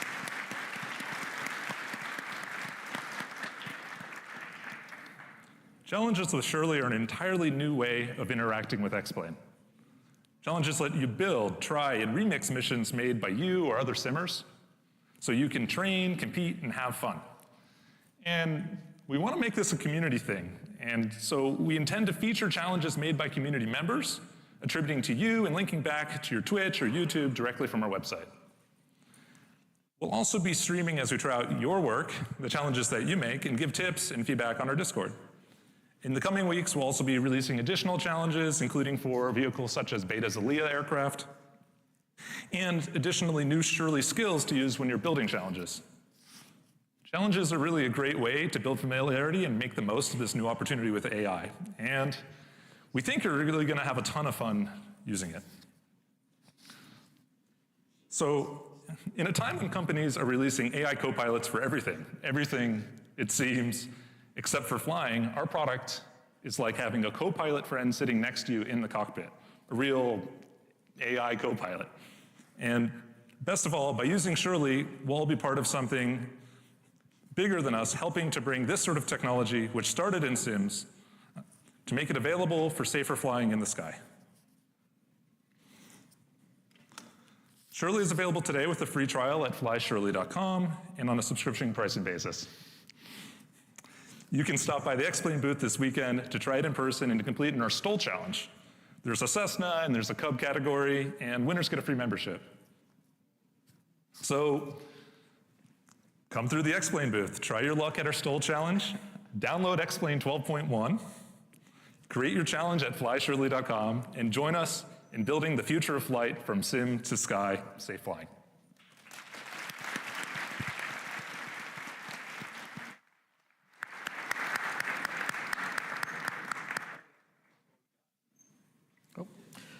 So surely you can't be serious.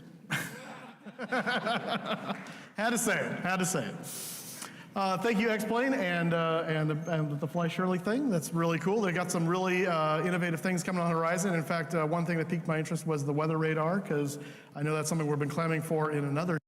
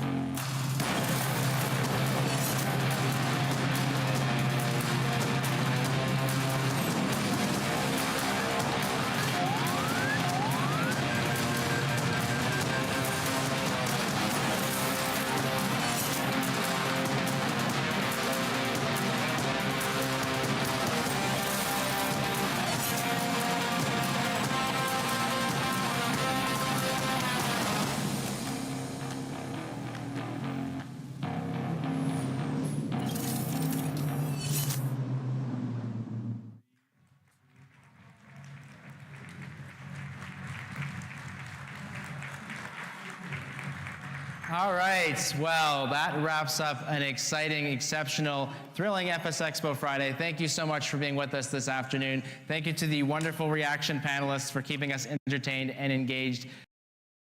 All right, so that's Friday night. That's a lot of good shit, man. There's some good stuff coming out.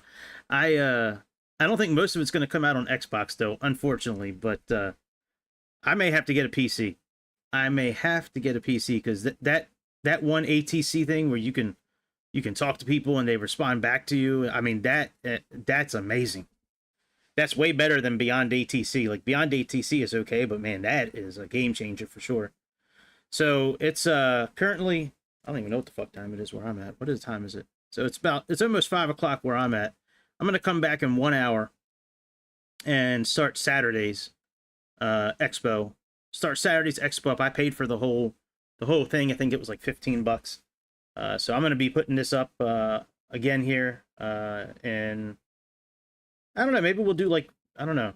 You know what? I could probably just start it up right now, to be honest. I'm gonna end this stream, and then I'm gonna start back up again in a few minutes with Saturdays, and we'll get set with Saturdays. So I will see. Hopefully, I'll see y'all in a few minutes. Please subscribe, like, hit the notification bell, comment, super chat, super thanks, and memberships. That's it. All right, I'll see y'all in just a few minutes. I'm gonna end this and restart with Saturdays as soon as I get it up. So give me just a couple of minutes, and I'll see y'all shortly. See ya.